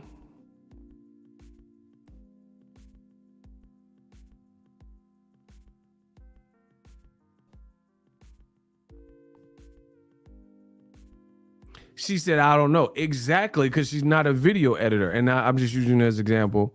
But that's what I'm saying. I can't say, oh, hey, do this J cut for me. Do an L cut for me. Rule of thirds. You know what I'm saying? Or if you're a photographer, you're like, oh, open your aperture. The shutter speed. Like, bro, you're not going to understand. It's going to sound foreign to you. If I say adjust the aperture, if you don't do it, then it's going to, it's going to be new to you. You need to be at 1/60th of a second. You'd be like, what? Shutter speed. You'd be like, what is that? Your f-stop. You're going to be like, what are you talking about? Right? Like, my dad's a mechanic, or he was a mechanic. He can fix anything. So there's terminology and things he knows that is above my pay grade. I don't know all the stuff he knows. You see what I'm saying? So my thing is this, is are you giving a fight prediction based on what you've seen or what you want to happen or how you think he could beat? Because like the number one breakdown that I've heard for Terence Crawford is that he's this elusive boxer type. And for me, I really rate Crawford. I really respect Crawford, but I don't see that when I see him fight. Like, I'm not seeing this stealthy, sleuthy, fleet of foot boxer, but this is the number one like breakdown that I've seen from respected people and legends. That's what I'm asking you. What fight are you seeing this? I'm not saying Crawford don't have skill. He definitely has skills. He definitely has skills, but some guys like to fight. Crawford likes to fight. You see what I'm saying? Like, you can't tell me any Crawford fight that resembled Floyd versus Robert Guerrero. Name one.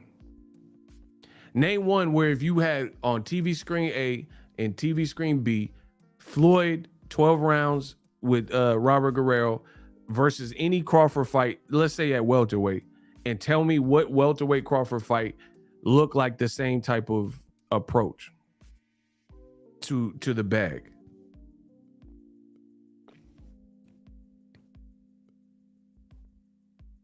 Like when I watch Floyd, like let's say Robert Guerrero or even Canelo, there are shots that are whizzing by him.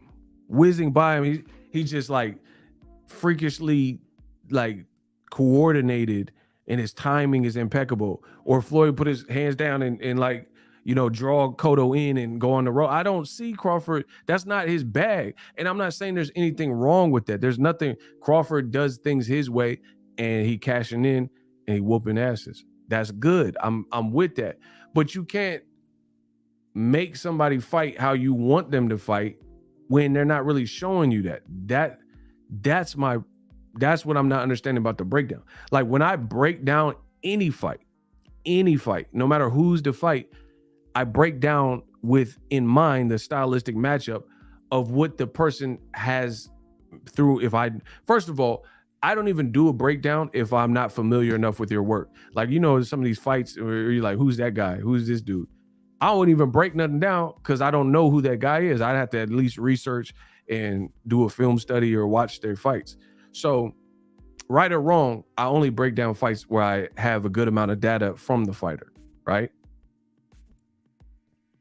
So that's that. Second, I break it down based on what I believe. Like it's all speculative until they actually fight. So no matter if you pick Crawford or you pick Errol Spence, we truly don't know until they fight.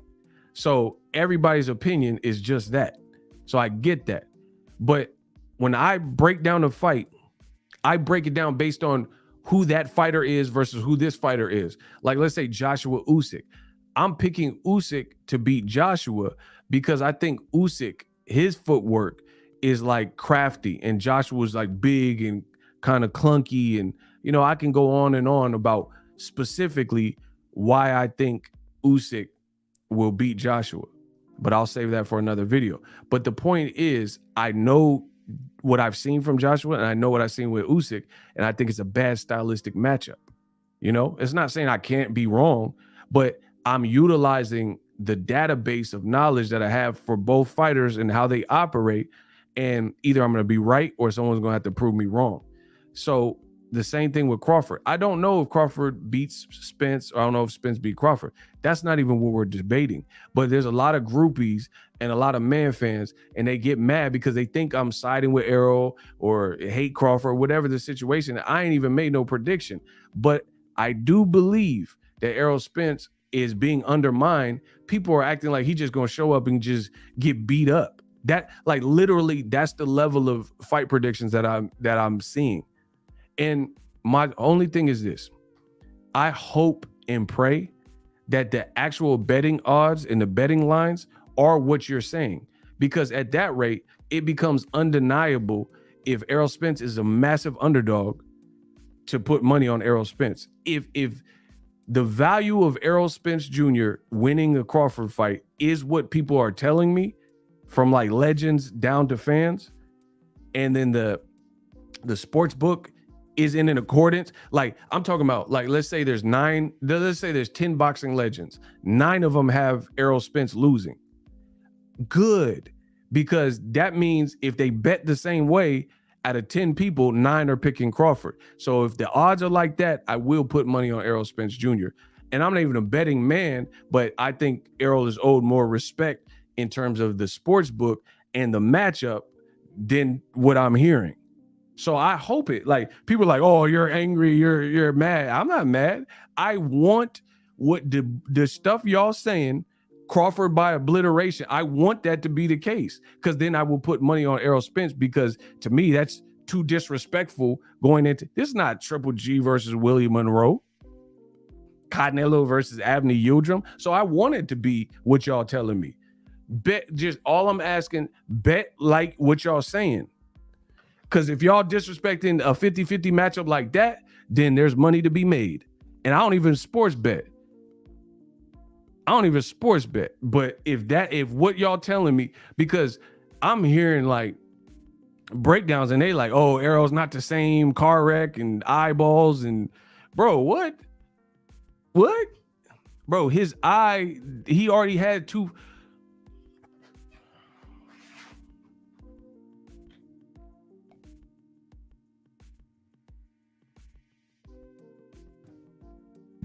Bro, he already had 2 fights. How many fights he got to fight before that isn't part of your breakdown? Bro, I told you, boxing fans go for the low-hanging fruit. That's part of his story. He got in a wreck, flew out the car. I get it. But how many fights till that's not part of why you're picking somebody to beat him? Shout out to Kamal Oz. He said you put a rack on Spence if the odds are good. Bro, I'm with you. If it's what y'all saying, like it's like Spence has a puncher's chance and all that, all right, bet like that so we can get it cracking. Bro, I'm seeing the most disrespectful. And you know what the thing that really pisses me off about boxing fans? Y'all fake. Y'all fake as a mother.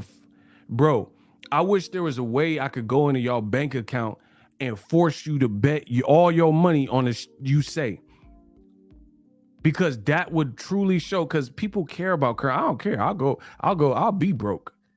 I can survive. I can survive bro. I'll eat ramen noodles every day. I come from that. Scrambled eggs with bologna and fried bologna and chopped up hot dogs and scrambled eggs. I'll eat that every day. I believe, like, I'll be a martyr for what I believe in. I promise you. I've been accused of all types of stuff. Not in the real world, online. But, oh, he's just saying stuff for views. I believe the stuff I'm saying. Y'all don't. And I wish there was a way for me to go inside your bank account and siphon the money out, put in an escrow account, and all the stupid y'all say, every single time you're wrong, it deducts $1,000 out. Y'all be broke in the muff. Bro, y'all be homeless. Y'all be the new Delonte West. Y'all be out in these streets. I promise you that. I wouldn't. Y'all would, but I wouldn't, because I don't say goofy stuff. I'm not disrespecting Terence Crawford. I've never said that Terence Crawford can't win. I've never said Errol Spence can't win. But the stuff y'all say, nah, is cap, bro. Y'all be... Prince Savage said they broke right now, and they would be even broker. They be, bro, Bank of America, they just took away the overdraft fees. They sent me a letter saying there ain't no more overdraft fees. So y'all lucked out, because y'all be overdrafting a month. Bro, the stuff y'all saying, it like, y'all fake. Boxing has some of the fakest people. They talk all that. Don't talk. I'm not a rah-rah type of person. If you ever see me, that's not me. I don't do a bunch of chat and all that, bro. That's not me. I am not a like rah. This ain't no video game. This is real life. If somebody said they're gonna do something to me, then okay, then we'll take it from there. And I gotta protect myself at all costs. Period. I don't do a lot. There's not a bunch of and screaming, and there's not that. Because if someone someone say they're gonna do something or whatever, I'm not wasting energy. If my life's on the line, or my family or my people is in danger, then there ain't no time for wasted energy. So there's that. We talking about real life situations. You dig? But for me, I stand on business. Everything I say, I believe. Like I said, people tell me how I feel. I never said nothing bad about Crawford. I said I don't agree with some of his decision making, and I still believe that. I say Crawford could call me right now. I still feel the same way, unless he explained like some enlightening thing. Bro, you were supposed to get the Pacquiao fight. You didn't get it. So I still feel how I feel. You know what I'm saying? That ain't no disrespect. Ain't no love lost, at least on my side. You know what I'm saying? I can't control what the next person do or how they feel. But it's just like the Errol Spence, y'all got me talking hella country. Errol Spence slander is crazy. Like all he could do is like hope to survive the first 5 rounds and then maybe he get a shot. Like Tim Bradley, he bald-headed self, he's saying some of the craziest of things. And then when, like, bro, there's not many like me. I know, well, there's no one like me. I'm a 1-on-1. But there'll be 12 different boxing legends saying something completely different than me. And then when I'm one person and I'm saying, hey, I think it's a good fight, Errol definitely got a shot, they say, oh, you're a groupie. So I'm a groupie, but everybody else saying the opposite, they right on. But the person that sees it as a 50-50 fight, I'm the one that's biased. Man, come on. Bro, and that's all we've established. People are like, oh, people will call you biased, but I'm the one giving the fight the fair shake. I'm biased and I ain't gave a fight prediction. Okay, makes a lot of sense. I'm biased and I'm saying it's a 50-50 fight. I'm biased and I'm saying like it shouldn't be heavily slanted really to either guy. But if you had to lean towards someone based on paper, it would have to be Errol Spence because he's done the more complete work at the welterweight division and he's the natural welterweight. If we're going to like eye test and on paper. But I'm not mad at anyone having either guy winning, but it just got to make sense. People are like, oh, Errol Spence, he got to watch out for Crawford's power. Okay, so how's that a one-way street? So let me get this straight. Errol got to watch out for Crawford's power, which is true, but Crawford don't got to watch out for Errol's power? Bro, 1 plus +1 plus a -1 is 0. So if they both have power, and I personally believe Errol has more power, then at the very least that you can have it, they're at neutral because either guy can hurt either guy. But realistically speaking, I believe Errol Spence can take more power shots than Crawford would be, vice versa. So the goal is not for Crawford to get hit with anything stupid. You see what I'm saying? But like, okay, here's an example. If Errol hit you with 10 shots and Crawford hit you with 10 shots, what would be worse for your body? I'm trying to make it as simple as possible. If Crawford hit a fighter with 10 shots, full force, whatever, and Errol hit a fighter with 10 shots, what would be E for Errol, T for Terence? E for Errol, T for Terence. Y'all let me know.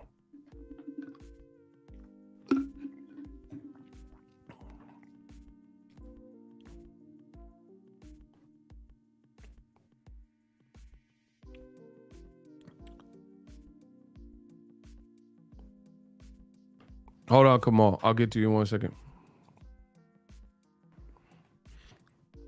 Okay, so everyone's saying Errol because I would agree with that. But see, that's not it's just, oh, he got more power, so it's the end of the fight.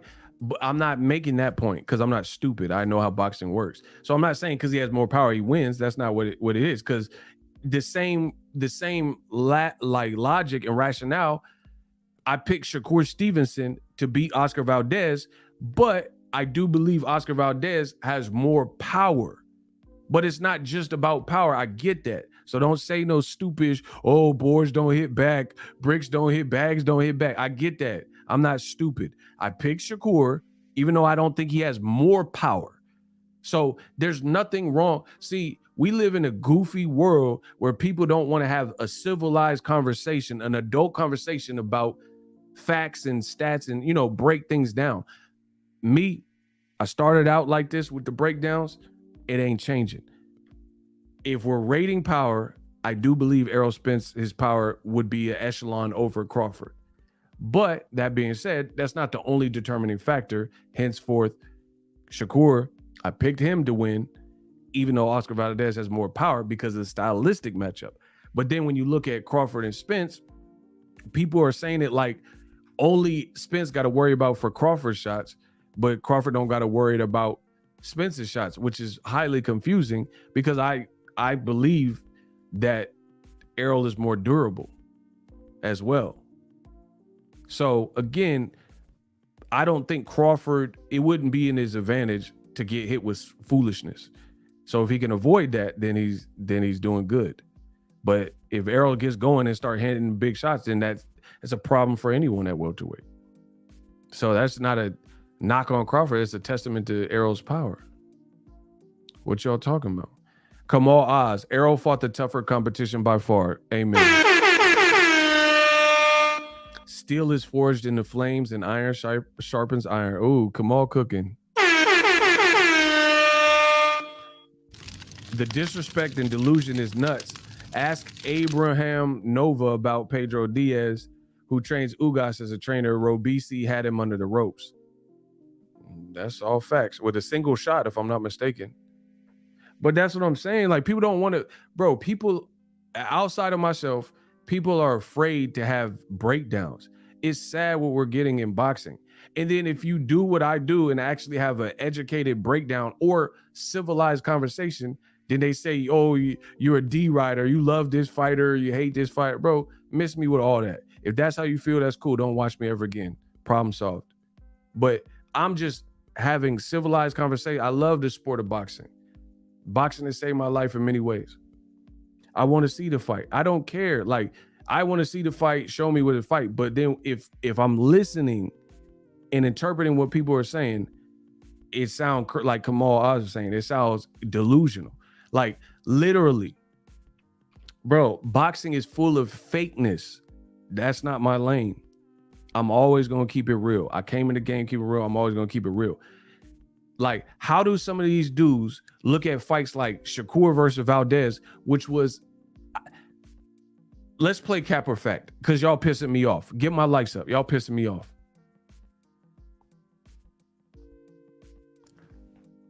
Did I say before the fight happened that Shakur Stevenson versus Oscar Valdez was one of the easiest fight predictions for me to make in quite some time? Is that cap or is that fact? Did I, Boxing Ego, say that Shakur versus Valdez was one of my easiest fight predictions that I've had in a long time? Is that cap or fact?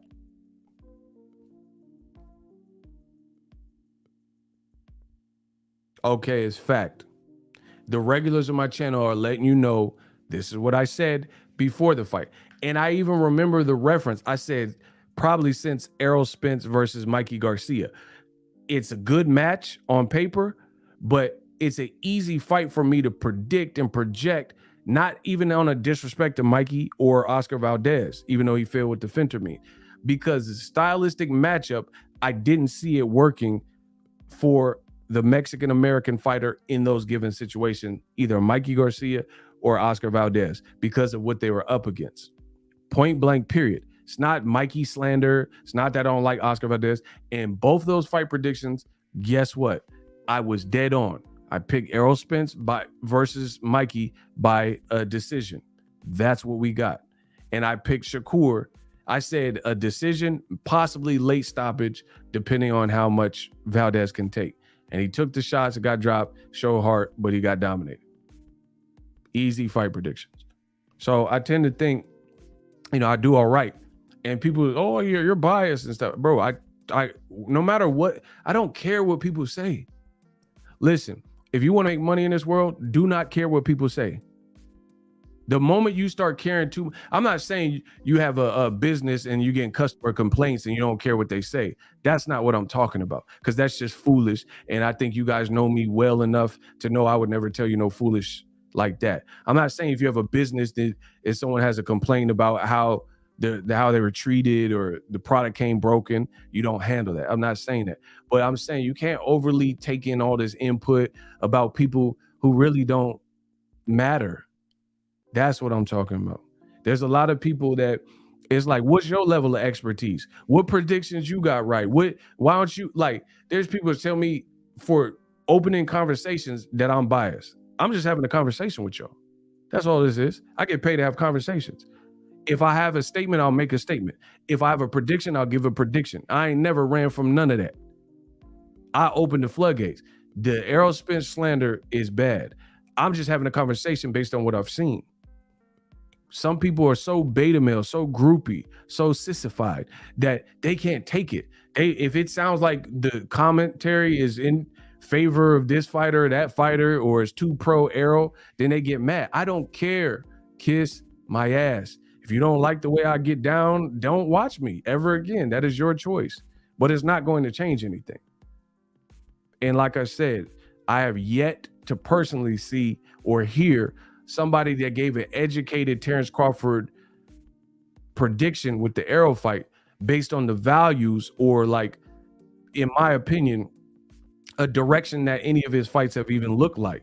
You know what I'm saying? Like, you can't say, oh, Paulie Malignaggi, he could beat Broner if he knock him out with an uppercut. How often does he throw an uppercut? How often does he have knockout power in his fights? And Broner got a chin. You see what I'm saying? Like, this ain't a video game. You can't make someone be what you want them to be.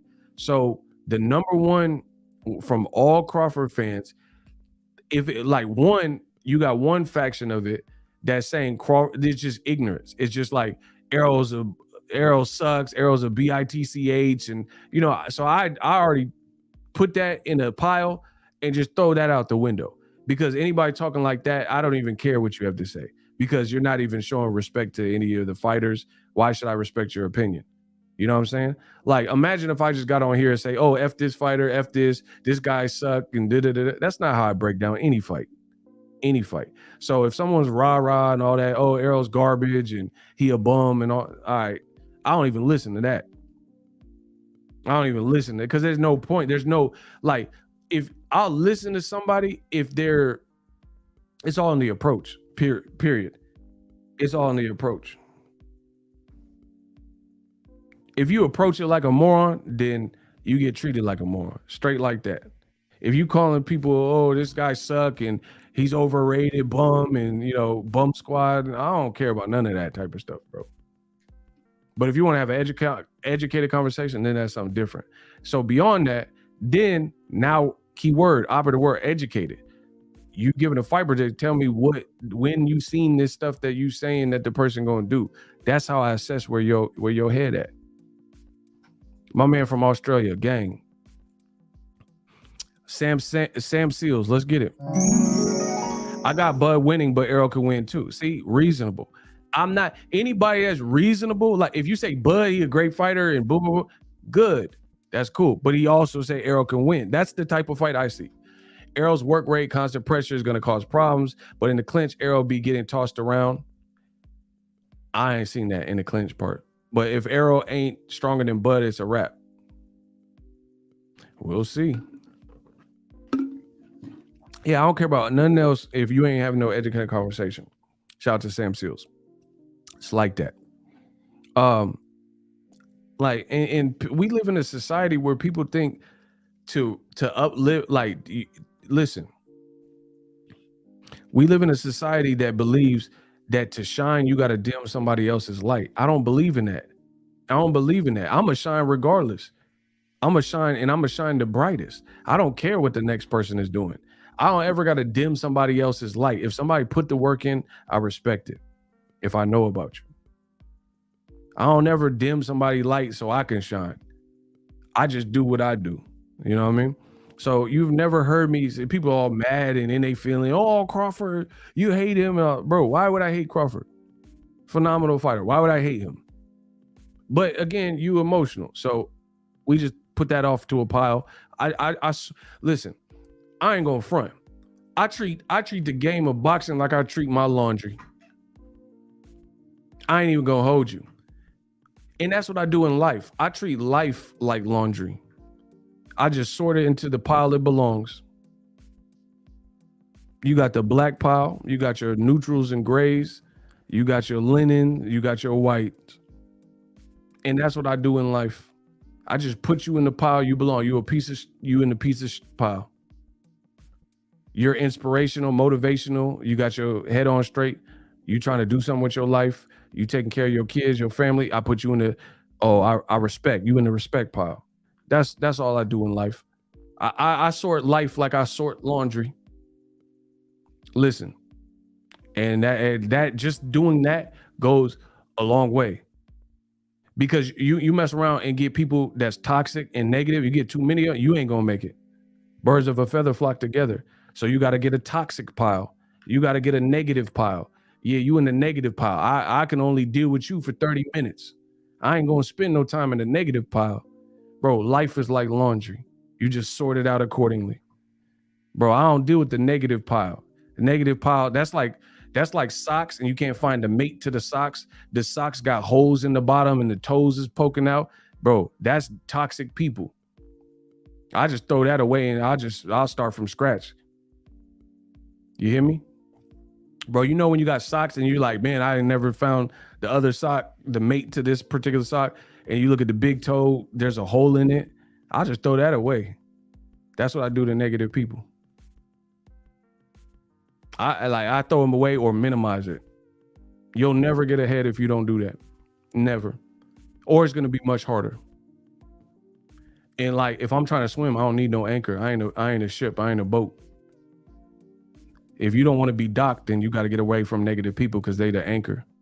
You see what I'm saying? Listen.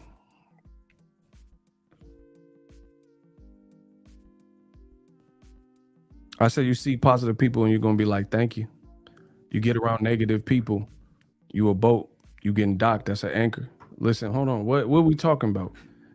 What we talking about? I said you get around motivational and positive people, you be like, thank you. You get around negative people, you a boat, you getting docked, you gonna have an anchor.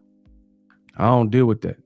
So if people want to have a real life conversation, grown man, grown woman, whatever, adult conversation, then we could do that. But I ain't hear all that extra stuff. Kamal Oz, murderous.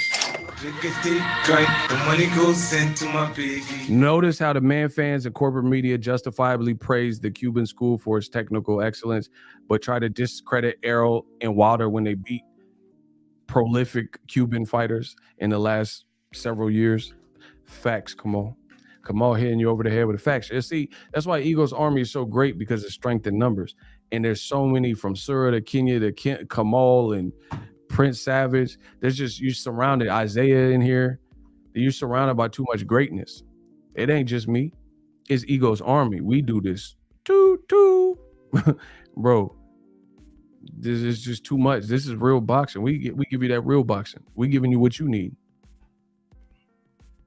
So anyway, I want to see the fight because I'm done. I don't even care about, I don't even want to hear people's opinion because like, it's just people saying whatever they're saying. Just show me it, bro. There's only so long I want to hear it without doing myself. You know what I'm saying? Like I've never been the type of person I just read a book and learn how to drive a car. Like I could read a book, get knowledge, and learn how to help my business, but I can't just read no manual to a car. Get me behind the wheel. That's the type of person I am. And I don't want you to tell me about it. I want you to show me about it. I need to see this fight. Everybody got an opinion on how it's going to play. Show me. And I'll give whoever the props for it. But again, people, I think, are truly disrespecting Errol Spence. And it's a bit weird from the Crawford man fans and stands, because I seen more legends picking Crawford, but then Crawford man fans and the diehard Crawford radicals, they seem angry. Why y'all angry? It's like almost every legend said Crawford finna win. So how, if anybody's angry, shouldn't it be Errol? Bro, listen to what I'm saying. I'm dropping the most gems. Yeah, it's just up to you to pick them up. Bro, why do I get the feeling that Crawford fans are like angry and irate, but almost every professional, legendary person damn near pick Crawford to win? So it's like you mad at a handful of people that may be picking Errol Spence Jr.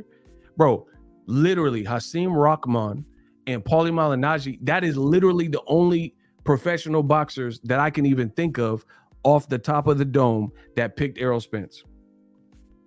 Down to the Hall of Fame week, everybody, they was, oh, Errol gonna lose, Errol. So I'm like, how are the Crawford fans even angry? You angry because 2 legends or 2 guys out of every, you want it to be, oh, Anthony Yard, I vouched for him. He said it too. Anthony Yard said that. He did too. So 3 versus 20,000 pick Crawford. So what are we talking about? Like, you're not going to convince everybody. Some people rocking with Errol. Deal with it. Bro, Roy picked Crawford. Who else? So Roy, James, Tony. These are some of my favorite fighters. Roy, James, Tony. Damn near everybody, bro. Almost everybody I seen picked him. So to me, that Tim Bradley, that's what makes me believe y'all don't really believe it. Because shout out to my man Isam Jones, gang. He said it's fear ego. That's what it's seeming like, because only fear makes people do unexplainable things. If you don't fear nothing, then your moves are calculated and they're not I'm not trying to get like macabre, but like you see these police videos and cam videos, and then the person don't even have a weapon, and the cop gets scared of the black guy and shoot him. You see what I'm saying? Because he was fearful. He was fearful. He didn't want to see that dude head up, or he thought the dude was reaching, and he get fearful, and then he do that. You know what I'm saying? What you see Oscar Grants and all these situations, right? Only fear is the, I guess, the consistent formula or trait that somebody can exude that would have them do things that are almost like out of left field or unexplainable. Like when people fear your progress, that's when they start to hating. Like if people, like, I realized that when I started YouTube, there were some people like on a personal tip that I know, and they were like negative about me starting YouTube. That's because they feared what it could become. And they know that I'm a person that if I put my mind on it, it happens. That's what they fear. And that's what you see in life. The more people fear, the more they try to like hinder and stagnate. If people knew I couldn't make it on YouTube, they just gonna let me make a fool of myself. They ain't gonna try to stop me. They not trying to put doubts in my head. You know, they're not trying to fuel me up and, you know, have me overthinking and second guessing myself, because they know it's gonna be a failure. Like, look at all the channels. You see channels diss me and all that stuff, and oh, ego sucks. If I had 500 subs, they wouldn't be saying that, because you would just be letting me fail. Like I let them fail. You see what I'm saying? That's how life works. So it does come across as fear. Like, bro, from Antonio Tarver to Bernard Hopkins to Mike Tyson to Roy Jones to damn near everybody is picking against Errol Spence. And this has been the case. I remember Sugar Ray Leonard was interviewed, and he said, Mikey Garcia, Errol Spence, what's your prediction? And he was like, Mikey. And they said, why? And he was like, because he's Mikey. Man, what does that mean, bro? You a legend, and that's what we get from you is I'm picking Mikey because he Mikey. So because his name is Mikey, that's why he wins the fight. And again, I was at that fight. That was literally one of the easiest fight predictions I've ever made, because it was a good match on paper, but I knew Mikey was getting beat up, period. If ain't nobody gonna tell you like I tell you, that's what it is.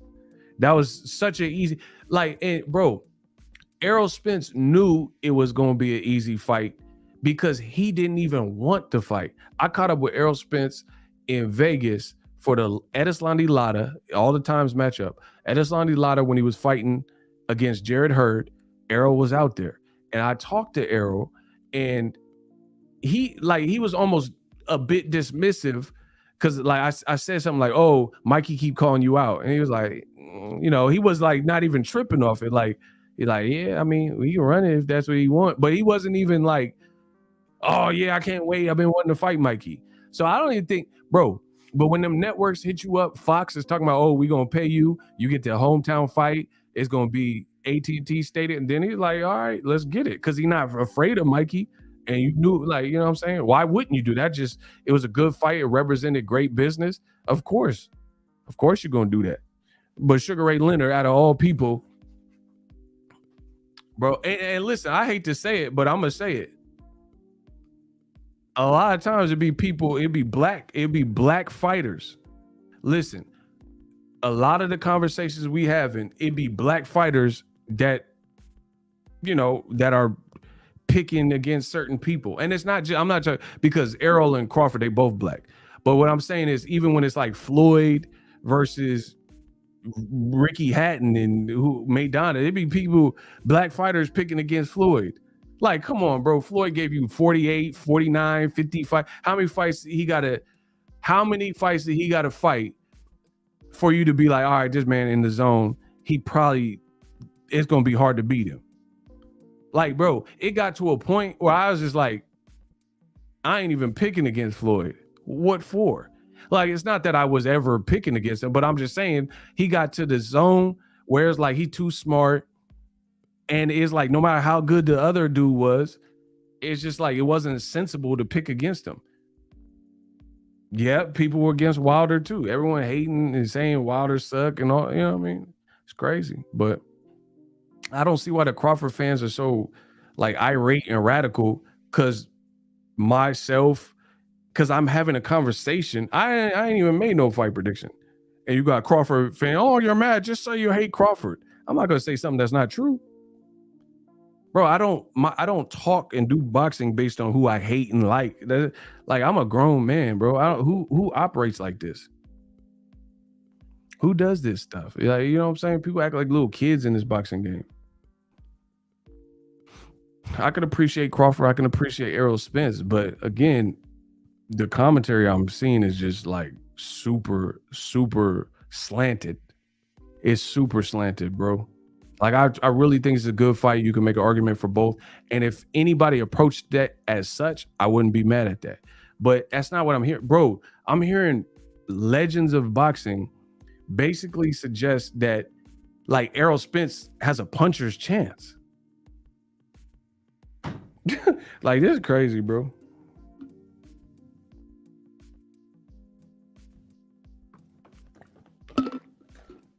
Bro, they're saying, like, basically, like, Errol Spence has a puncher's chance. Like, all he could do is show up. All right, we'll see if you bet like that. Listen, we got a $4 cash app. $4 from my man Kevin. He said it bothered Errol Spence when Mikey was too skilled. When they said he was too skilled. Facts. Man, make the fight. It seemed like fear, yo. People say, because like what comes to mind for me is Manny Pacquiao and Mayweather. Do you know when the fight was in limbo? Listen, when the fight was in limbo and it was unknown if Floyd Mayweather and Pacquiao were gonna ever fight, it was like back and forth vitriol and venom and the different bases, Mayweather fans and Pacquiao fans at each other's throats. And then when Floyd had that meetup and met up with Pacquiao, take my number, it's okay. And then it was in the hotel room. And I remember, and the closer it got to Floyd and Pacquiao, and it looked like it was actually going to happen again. Because remember, Mayweather, it was like 6 years, 5-6 years in the making.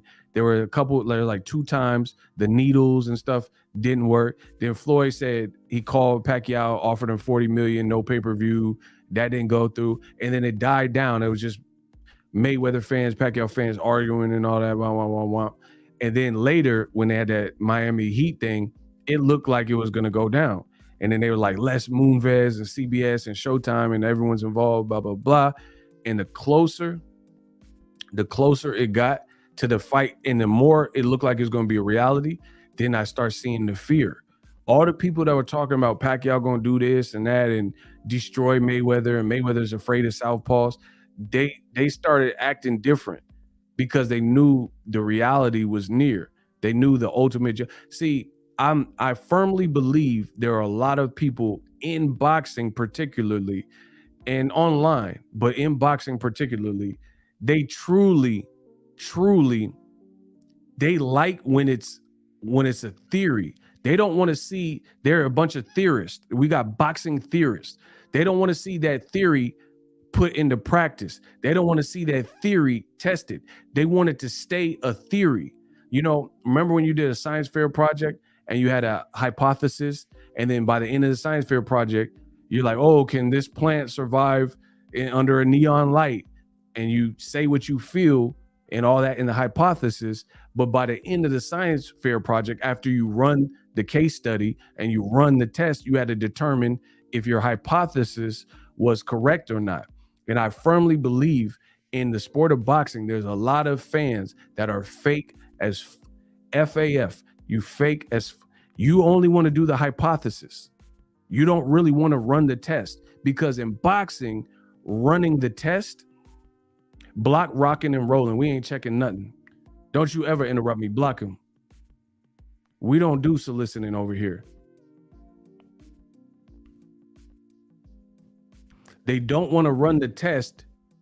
They don't want to run the test because in boxing, to run the test, that means you got to actually see the fight and get an actual outcome.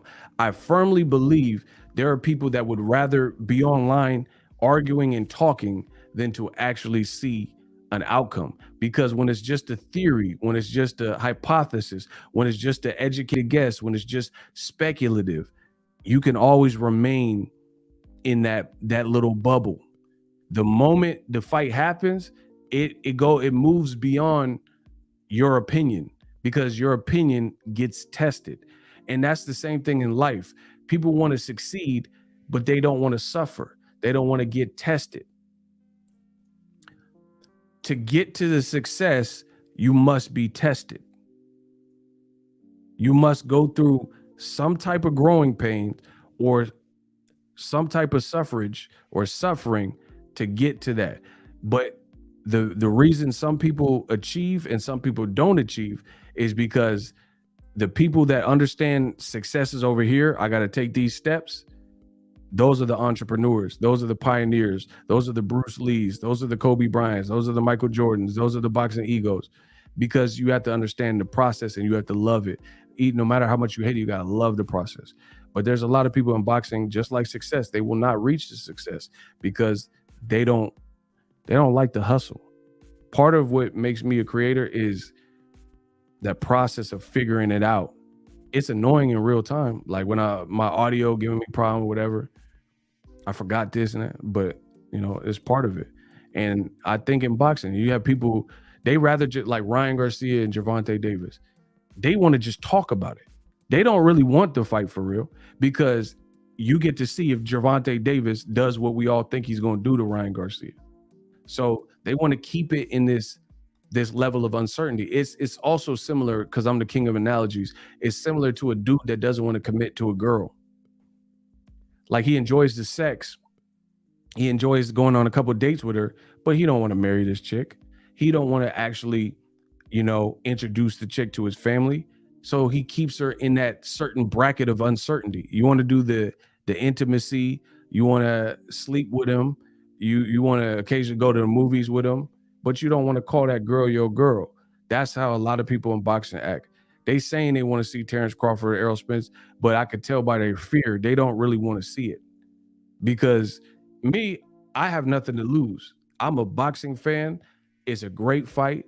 I'll pay my money. I'll do whatever I have to do to watch the fight within reason, and I get an outcome. But there's a lot of people, that's not what they want, bro. Because the closer, the more, it's like, honestly, I'm gonna be real. There's some people breaking down the Terence Crawford fight. It's like they giving Crawford tips of what they think he should do. Like they try to give him the blueprint. Bro, listen, man, come on, bro. Y'all gotta stop. Hey, stop that cap.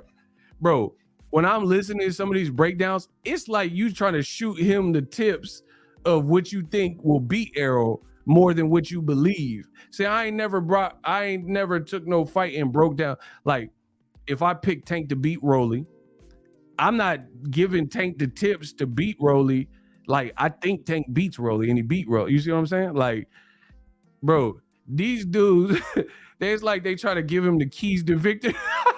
Oh, KMV, I love you, bro. They, like Tim Bradley, he trying to give him the keys to victory more than what. Like he like, man, Errol get hit a lot, but Crawford back straight out. Like, don't do that versus Errol. Like, bro, you don't believe this, bro. Tim Bradley, that was the worst fight breakdown I done heard. Bro, it was horrible. He was in the middle of explaining how Crawford gonna knock out Errol Spence. He said Crawford back straight out with his hands low, and he can't do that versus Errol. Bro, that doesn't sound like confidence to me. Because if it was a sure shot and you ain't worried about Errol, you would just be like, oh, he gonna smoke him. He gonna smoke his boots. Smoke it on top 5. Smoke it on top 10. Like, that's what you're gonna say. You ain't gonna be like, oh, but Crawford, he drops his hand low and that, oh, don't do that. You're not gonna say that. Bro, you don't believe, I don't believe these dudes believe what they saying. They have, like, see, the world has a lot of wishful thinking. People wish for the best and like just shot in the dark, and that's what they want to be the case more than what they believe. I never did no fight prediction based on wish. I ain't Ray J. I wish, one wish. You're a Crawford hater. You're a spelling hater because you can't even spell the word you're a bum, bro. Notice, bro, how come none of these Crawford radicals know how to spell? He said I'm a Crawford hater or whatever, and then everybody that has a problem with what I'm saying and that keeps saying stuff like that can't spell simple words. And then they say, oh, you ain't making sense. I ain't making sense, but you can't spell the word your. All right. Just why I get paid the big bucks, bro. For this level of stupidity. You can't even formulate a simple English sentence, but I'm wrong. All right. As a matter of fact, that was the one I said I loved you very. It was about, bro, that Bradley breakdown, horrible. In my opinion. It didn't sound like he said, Mo Pressure, why you doing like that? Mo Pressure said, EJ be throwing them joints. Bro, how are you breaking down how Crawford stops Errol and then you say Errol be throwing them joints? Bro, y'all tripping, bro. Tim Bradley, come on, bro. There has to be some more structured breakdown than that. You trying to explain how Crawford gonna win and you say Crawford drop his hands and Errol be throwing them joints. That's not doing a good job of defending your positioning.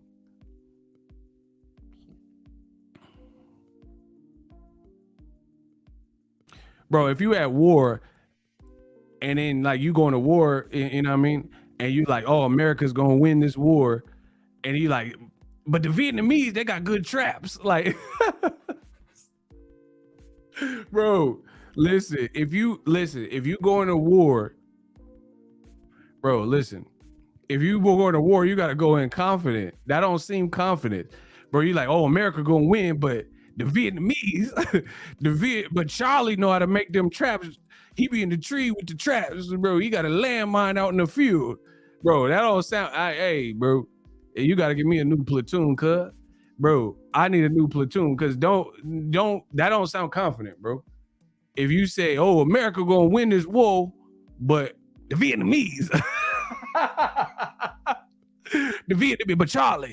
but Charlie, I tell you, they got muskets and gaskets, all types of stuff out there, bro. They be in the tall grass, like, bro. They be setting them good traps, bro. I don't want you on my team, cuz, bro, we gonna all die. We all getting blasted, bro. I promise you. Listen, I'll be a lone wolf in the field, dumping like Rambo. I don't want you on. Hey, bro, I don't want you on my team, cuz. Nah, hell nah. That don't sound, bro. My boy Xerxes, he gonna try to battle 300, but Leonidas got 300 though, bro. You're not confident then. Xerxes brought his whole army, and there's 300 of them. You're like, oh, but Leonidas, he pretty tough, bro. I don't care who tough. Like, nah, bro, you're not confident. If you're with Xerxes' army, You ain't worried. Oh, but they got the abs. The abs is like plickety plow. Leonidas and them, they all got abs. It's like 300 of them. Bro, you're not confident. Bro, you don't believe what you're saying then. You talking about Leonidas's abs, and I don't care who abs is out there, bro. If we gonna win this, we gonna win this. Bro, that's how Tim Bradley was talking. Man, the Warriors gonna win, but the Boston Celtics, bro, or the Vietnamese. Bro, but the Vietnamese. Bro, that was horrible. Hey, Bradley, come on. You got to go back to the drawing board with that one, though. He said, man, Crawford, he finna bing, bing, bing. But Crawford back with his hands out. Really, though? Bro, I don't want you on my team if you not confident. You see what I'm saying?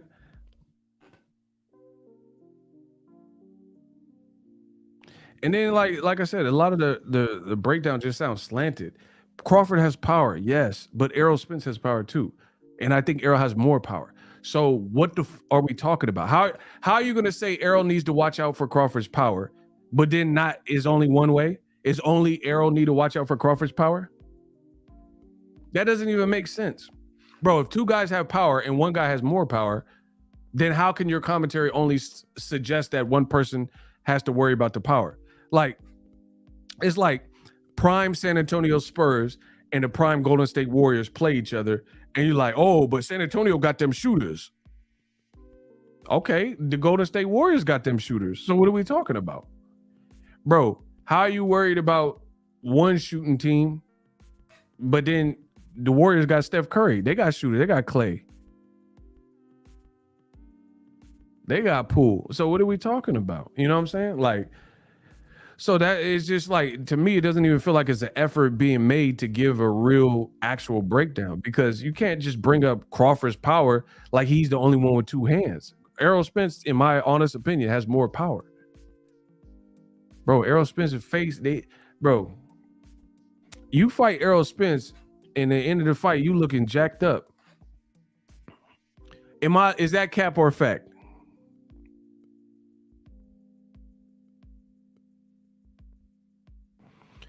If you fight Errol Spence so far, at the end of the fight, your face might look crazy. Is that cap or fact?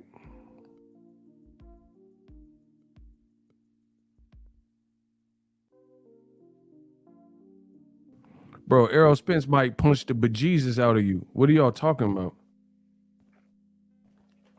Bro, you mess around and take 10 rounds with that arrow, you at the end, you looking like a Dick Tracy villain. You looking like Mumbles and all them. Remember Dick Tracy? Bro, you out. Bro, who remember Dick Tracy with Madonna? Hold on. You look like a Dick Tracy villain by the end of the movie. Bro, who remembers that movie Dick Tracy with the... Man, come on. You out here looking like Prune Face and Mumbles and all that eye lore. Man, come on, bro. This how y'all trying to look?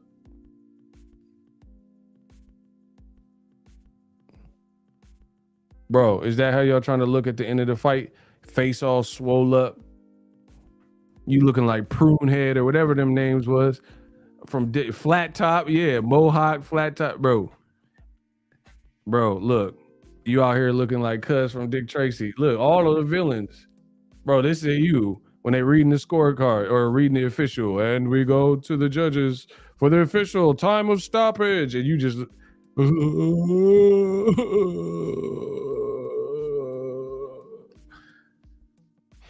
You are out here looking clapped up like Dick Tracy villains. What are we talking about, bro? Look at this forehead, bro. His forehead got mohead. Man, come on, bro. Bro, you fighting Errol, and this yours after 10. But we only got to worry about Crawford power from your breakdown, bro. But you looking like, but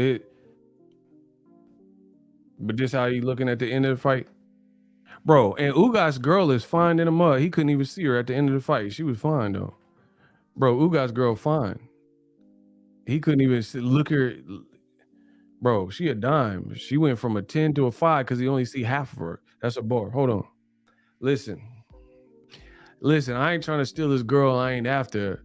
But I said this girl went from a dime to a 5 because he could only see half of her. Listen, that's fucked. Listen, that's messed up. But it's a bar. Listen, that was just a bar. I said I'm not trying to break up a happy home. I'm not after her. But his girl went from a dime to a 5 because he could only see half of her. That's a bar. Hold on, that's a bar. Can you be? I'm just saying, listen, bro, his girl, you know what I'm saying? His eye was bleeding. That's bogus. Oh, man, these bars, bro. I had a bar Ugas up. Man, stop. Come on, bro. Bro, he was crying blood. Like, it is an interview with a vampire. Bro, Ugas had blood. Like, Jim Gray was like, how do you feel? Bro, did you see that bloody tear? Bro, Jim Gray asking him questions, and I seen blood say, bloop. Bro, I promise on the set. Listen, I put that on the set. Jim Gray trying to, y'all got to stop interviewing people when they beat up and bashed up. Let the doctor check them, bro. Bro, I promise you. Jim Gray was like, all right, we talked to Errol. Ugas, how do you feel? And Ugas, and a stream of blood. One blood. Boom, boom, boom. One blood. Jim Gray trying to interview him, and blood came out of his eyeball. That's not good, bro. How are you feeling after Errol? One blood. One blood. Bro, his eye was bleeding. Wipe yourself off. You bleeding. That's some strange punishment. Bro, I swear, go watch the fight again. Bro, blood came. Bro, do you know how many punches he threw in that fight? Like, I don't know why no one else is talking about Errol Spence, how many punches he was throwing, bro. I think he threw like midway, they say he threw 800,000 punches or something for a welterweight, bro. One blood. One blood. Bro, your eyes be sunk in like that. Stop playing. So I just, me personally, I would like to see more reasonable commentary where it's not just like heavily slanted for one person. I think both guys have a shot at best. You know what I'm saying?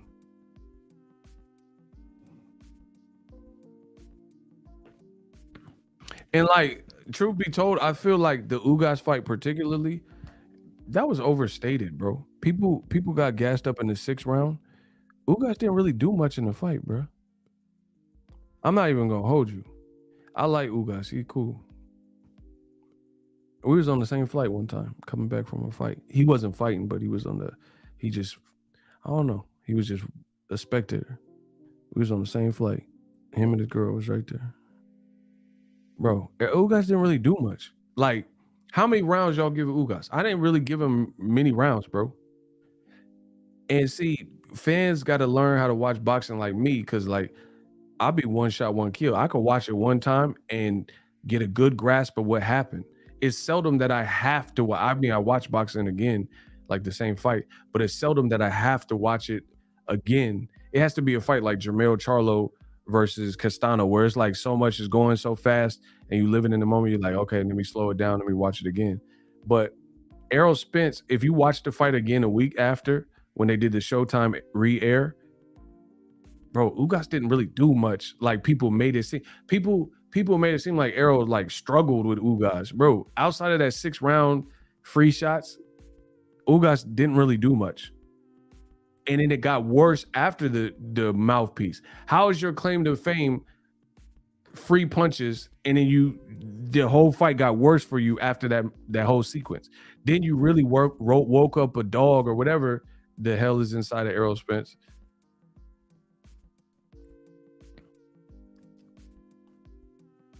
Like, I don't really know what rounds you could have gave Ugas for real. Like, it wasn't many.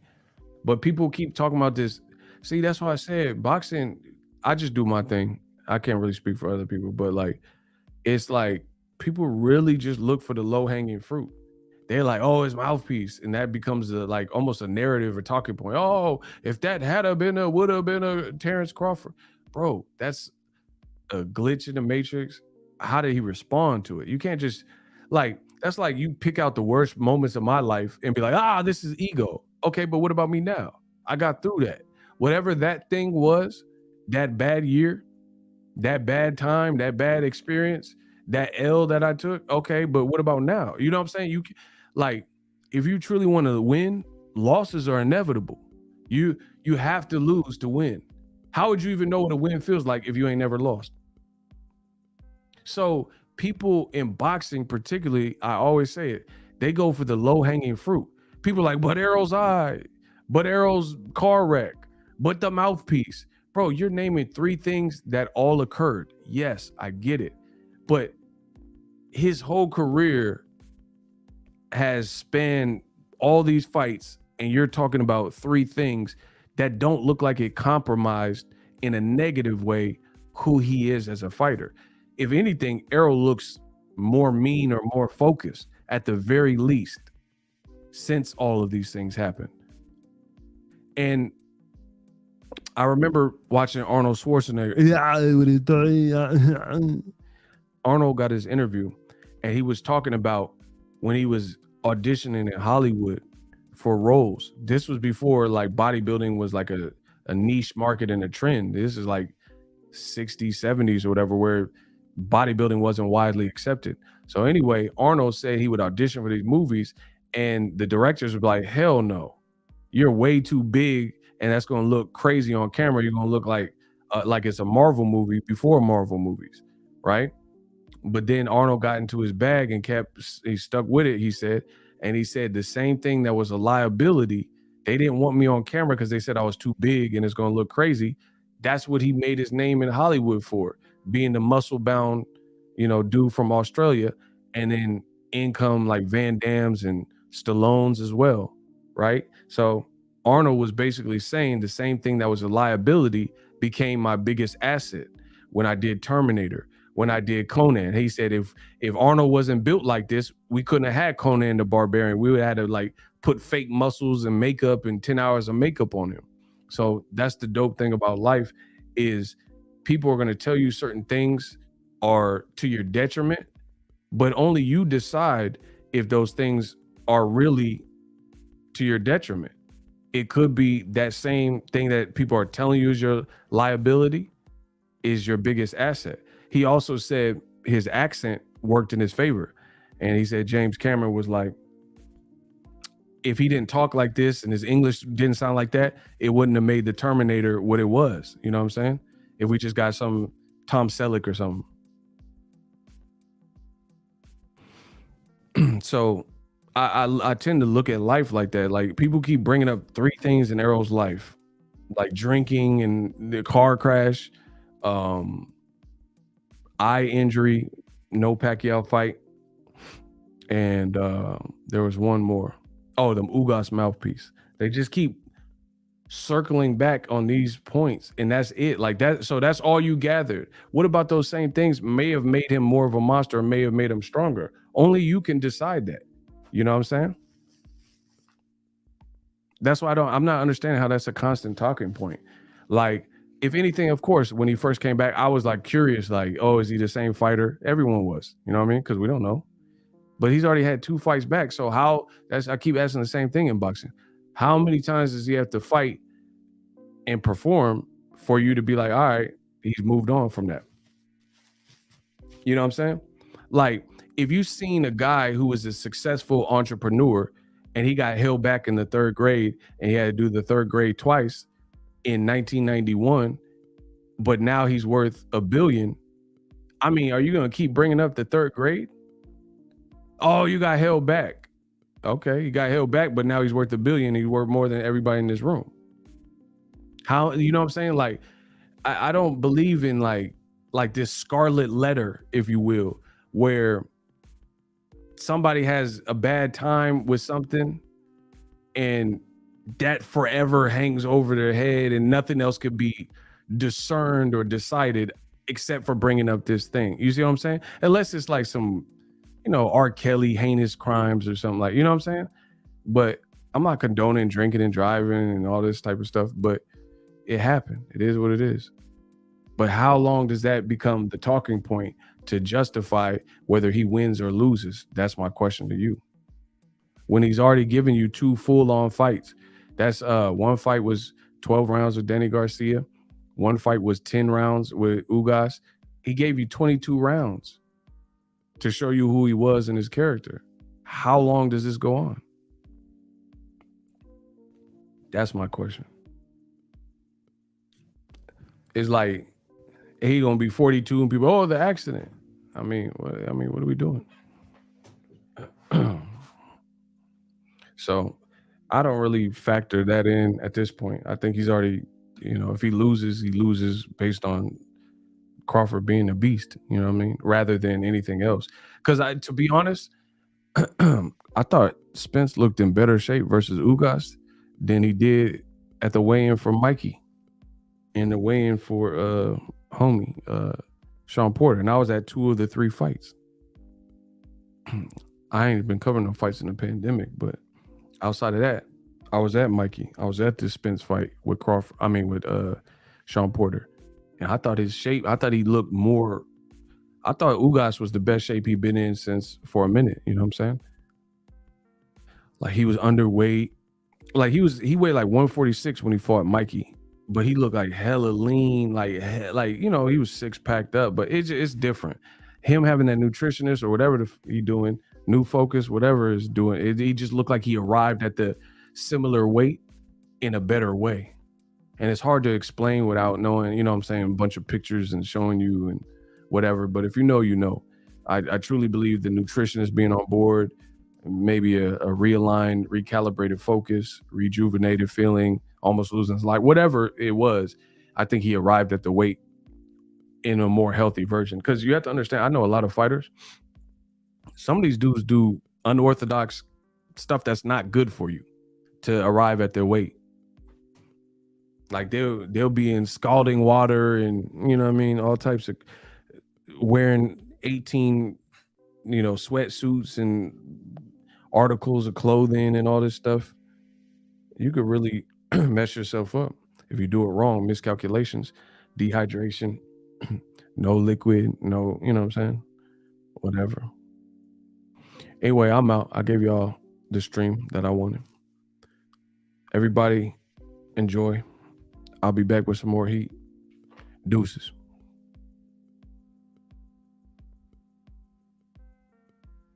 Hey, where'd y'all go in the chat? Hold on. Hit the like button. Y'all got to get the likes up. With the chat, y'all got arrested? Y'all better hit the likes up. Hold on.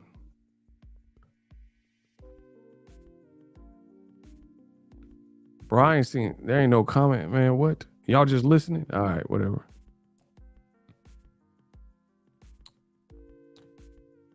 More pressure, my dude. All right, peace out, y'all.